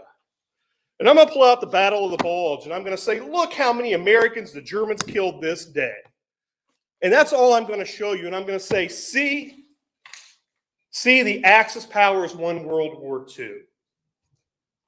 But you have to keep everything in context and totality. 8 days out of 2 years?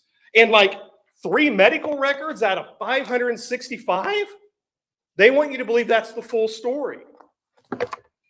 I know I'm passionate about this because I believe what's happening here is unfair.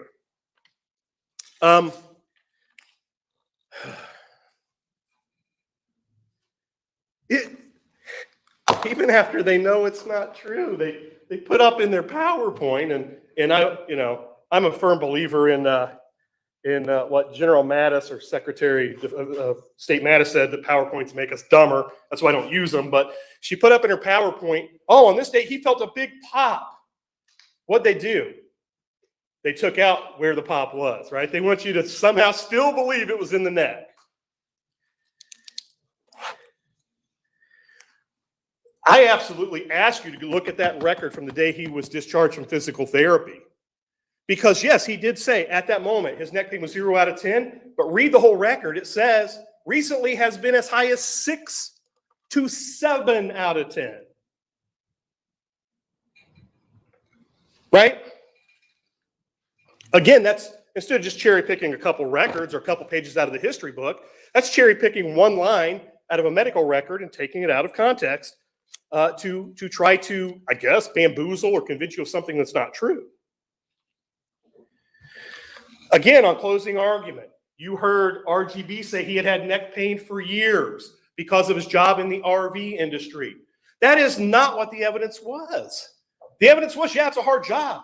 Back pain, knee pain were the problems, which echoed exactly what Carly said when we were picking the jury. Her dad worked in the RV industry. Was it hard on the body, Miss Pollock asked. She said, well, it was bad on his back and his knees. Exact same thing as Jeremiah.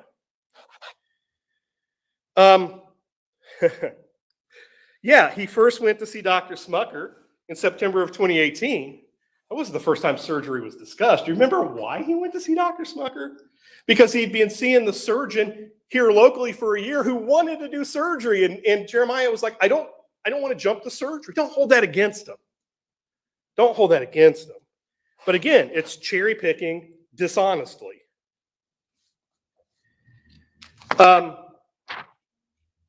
All right. Very quickly. I'm not a doctor, but I did stay at a Holiday Inn Express last night. Remember those commercials? Here's the whole point. Who all said that this surgery, that all of that treatment, this surgery was 100% related to the car wreck and not to Klippel-Feil syndrome or working at a factory, doing jujitsu, or putting siding up, or putting your toddler on your neck for 10 seconds? Both doctors. Both doctors. Look, if you believe I hired Dr. Reeser to come in and say what he said merely because I hired him, so be it. I can't change your minds. I'm not that guy. I'm not that guy. But Dr. Smucker said it too. Well, even if you'd known about these pre-existing records from the chiropractor, which don't exist, or you would have seen them, he said, wouldn't it change my opinion? This was all because of the wreck. Nothing else. Nothing else. I absolutely, and let me set this back up before I forget. I don't want to take it home with me. I apologize for getting a little worked up, but I've been dealing with this crap for 8 years. The numbers we asked you for, we believe, are reasonable to compensate Jeremiah for what he went through. You can all give me that $1 when you leave, because I told you she was going to say I'm crazy or I'm stupid or whatever. It was ridiculous. I get it. I get it. I ask you to remember what the evidence was, not tiny little snippets out of context from one record one day and one one record, the next over 8 years, because that's not the story. That being said, I think I'm starting to work up a sweat. I want to sit down. We would ask you to award what we asked you for before. We do believe that that is reasonable for this. And keep in mind, if Jeremiah couldn't do the small things that he can do now, we'd be asking you for 10 times that amount of money, but that's not this case. I tell you what, I'm gonna sit down, I'm gonna shut up. We're gonna leave this in the 7 of your hands. And when you come back, we might like it, we may not like it, but we'll respect it. Because we absolutely believe that you all have actually sit and listened to the evidence, even if it's contrary to the arguments of RGB. I'll finish with this. This is Jeremiah's only chance for justice. Thank you. Thank you, Mr. Phelps. And that is good enough. We don't have to go through the jury instructions. We just don't. So they're going to go deliberate. And tomorrow we will find out what they think. We made it to almost to the end, guys. We're almost to the end. And then after this is over, we'll go back to clips for a while. I have another trial set up, but we're gonna take a break and we're gonna go back to clips for a while. And then we'll go back to a trial. Hi, Charlotte Love.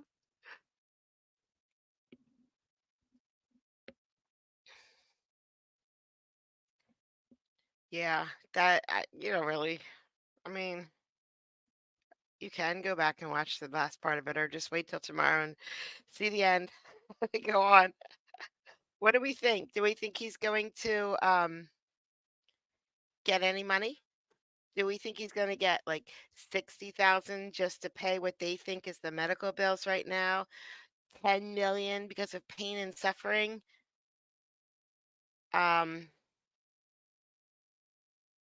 Nothing because he put a kid on his shoulders? For crying out loud, he put a kid on his shoulders, for crying out loud. uh, can you ever get as much as you want when it comes to money? See, yeah, I think the lawyer may have made the jury a little agitated with her because she was, you know, won't be over 200K to pay the the lawyer bills, to pay the medical bills. Actually, did they even talk about lawyer fees? I don't remember them even talking about lawyer fees. He was only trying to be normal, and the doctor told him to go back to his normal life. But, bye, Brayden. Yeah, it did. She did.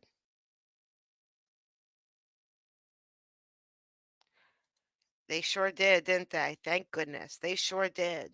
I don't know if they ever got the money, but they might never get that money. But,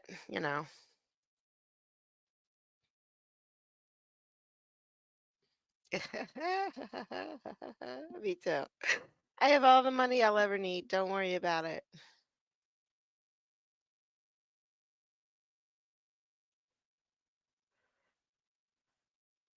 All right. Maiko, Psycho, we're going to find out the end tomorrow. Shannon, tomorrow's the last day. Tomorrow's last day. Yeah. See, well, my normal, just like you, my normal isn't the same as the next person's normal. So, like, I have very, very, very high tolerance for pain. Um, I had my second daughter, and then I stood as matron of honor in a wedding the next day. Well, I turned my food truck webpage into a Court Vibes webpage to sell merch. Hold on, let me just go there. And you, you guys, You guys are gonna see what I put on there. It's funny. It's funny. It's funny. Hold on. All right. Hold on. Where's my thing? Shop. I got distracted. And I got distracted and I did, Crystal. I cashed in my retirement, bought a food truck. And I had a website for it, but I hid it all. It's still there. It's just hidden. You guys can't see it. Um, but then I started getting merch together on my website. Please, please don't go. And the problem is, I like this picture, but I can't find underwear with black, um, black like that. So I might just say, I might just say product may not look like the picture. I don't even think that's legal, is it? You order something and there's a big thing, product I'll send you something orange, or or I need to go dye a whole bunch of underwear with a black trim on it. I didn't I can do hoodies. Easy. Easy peasy. I gotta get on that because I gotta get my mods a shirt. I told colors may vary. Color may not even be there.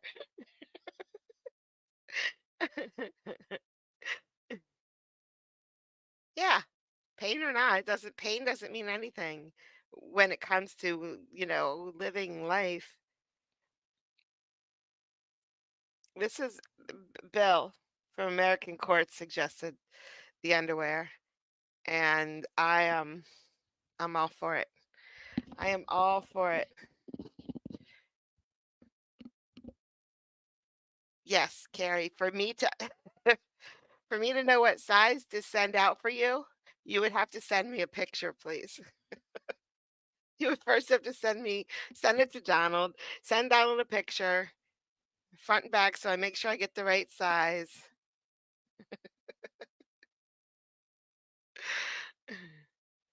All right, I will check Bunker branding, but if they start putting T-shirts up for 35 bucks, I'm not doing it. I'm not. That's why I didn't do Biggins. I'm not in no way, shape, or form am I ever charging $35 for a T-shirt. I mean, shipping is like 10 bucks. So, the shirt is going to be at minimum like what, 12 bucks. But yeah, yeah, no. No, I'm not charging 30. I'm not selling merch if it's $35 for a T-shirt. I just won't do it. But I will look at them. I have a suspicion that I won't be able to use them. It is, but geez. No, I'm not ripping anybody off. I'm not taking all your money. I'm not gonna do it. I'm not gonna do it.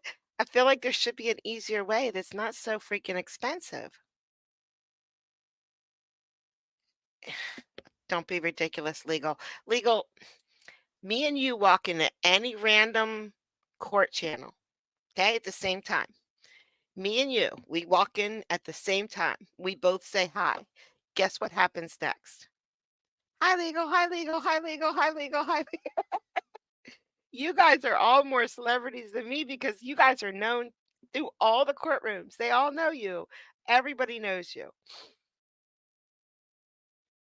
And then one person might, hey, Kathy.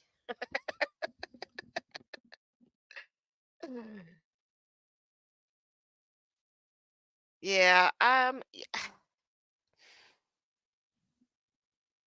have a couple ideas. I just need butt time. I need butt time. And I had 2 days.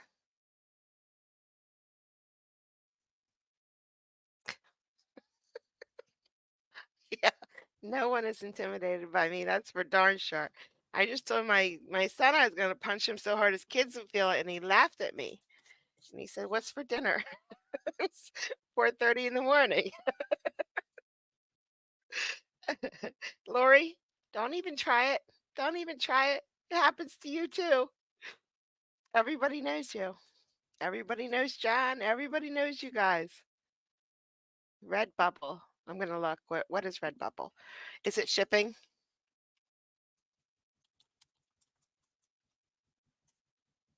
Oh, t-shirts. Yeah, but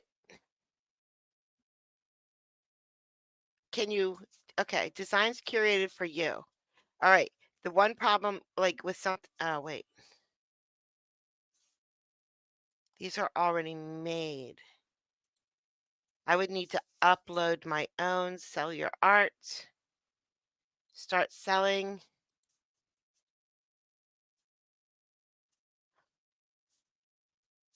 I'm gonna look at Redbubble, but again, $35 and I'm out. These to print, no way. They're so expensive. You guys would have to sell your car to buy a shirt. My car wouldn't even fetch enough prices to get a shirt.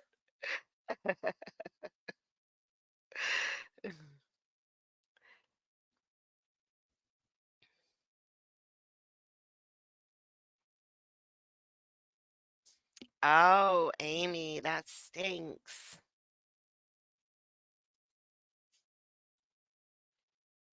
Yeah, I'm gonna kill Fozzie one of these. Fozzie, I'm gonna punch you so hard your children will feel it.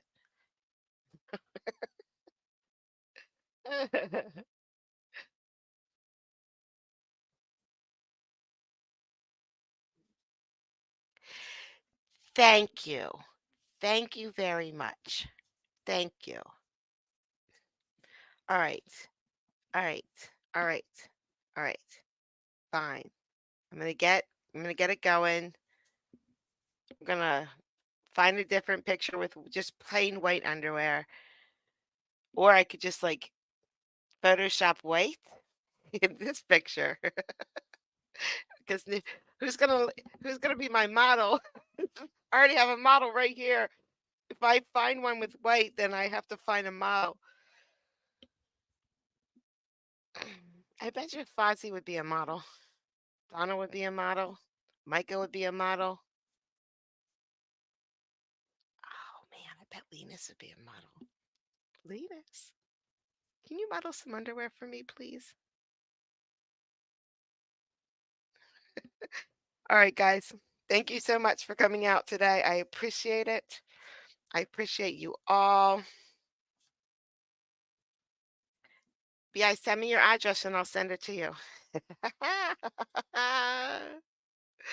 Oh, yeah, I'm lazy too. Oh, no, no, he can model for his wipers. For his wipers.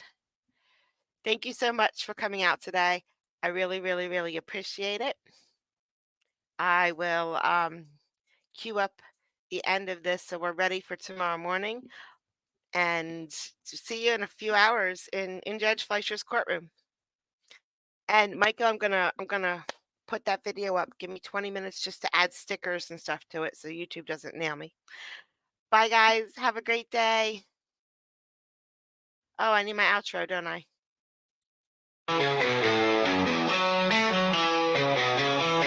Got these lights that goes digital dreams.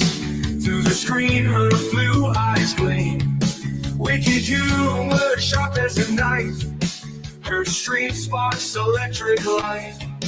Late at night when the world sleeps, she's the friend that always keeps. Giggles roll like thunder loud. She stands out in any crowd. Cassie's laugh cuts through the gloom. Eyes blue like a summer's bloom. Her humor dark and twisted, sharp. In a way, there's no alarm.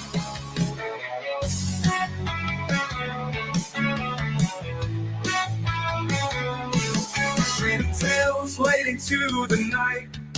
Her laughter feels just right.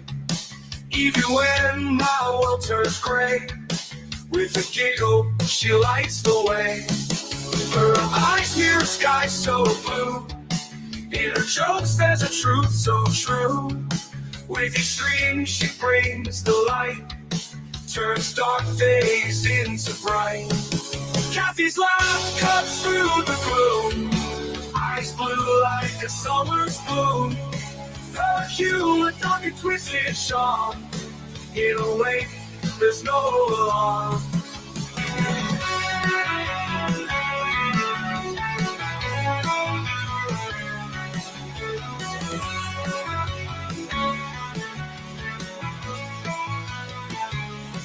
Streaming tales late into the night. Her laughter feels just right. Even when my world turns gray, with a giggle, she lights the way. Kathy's laugh cuts through the gloom. Eyes blue like a summer's bloom. Her humor dark and twisted charm. In a way, there's no alarm.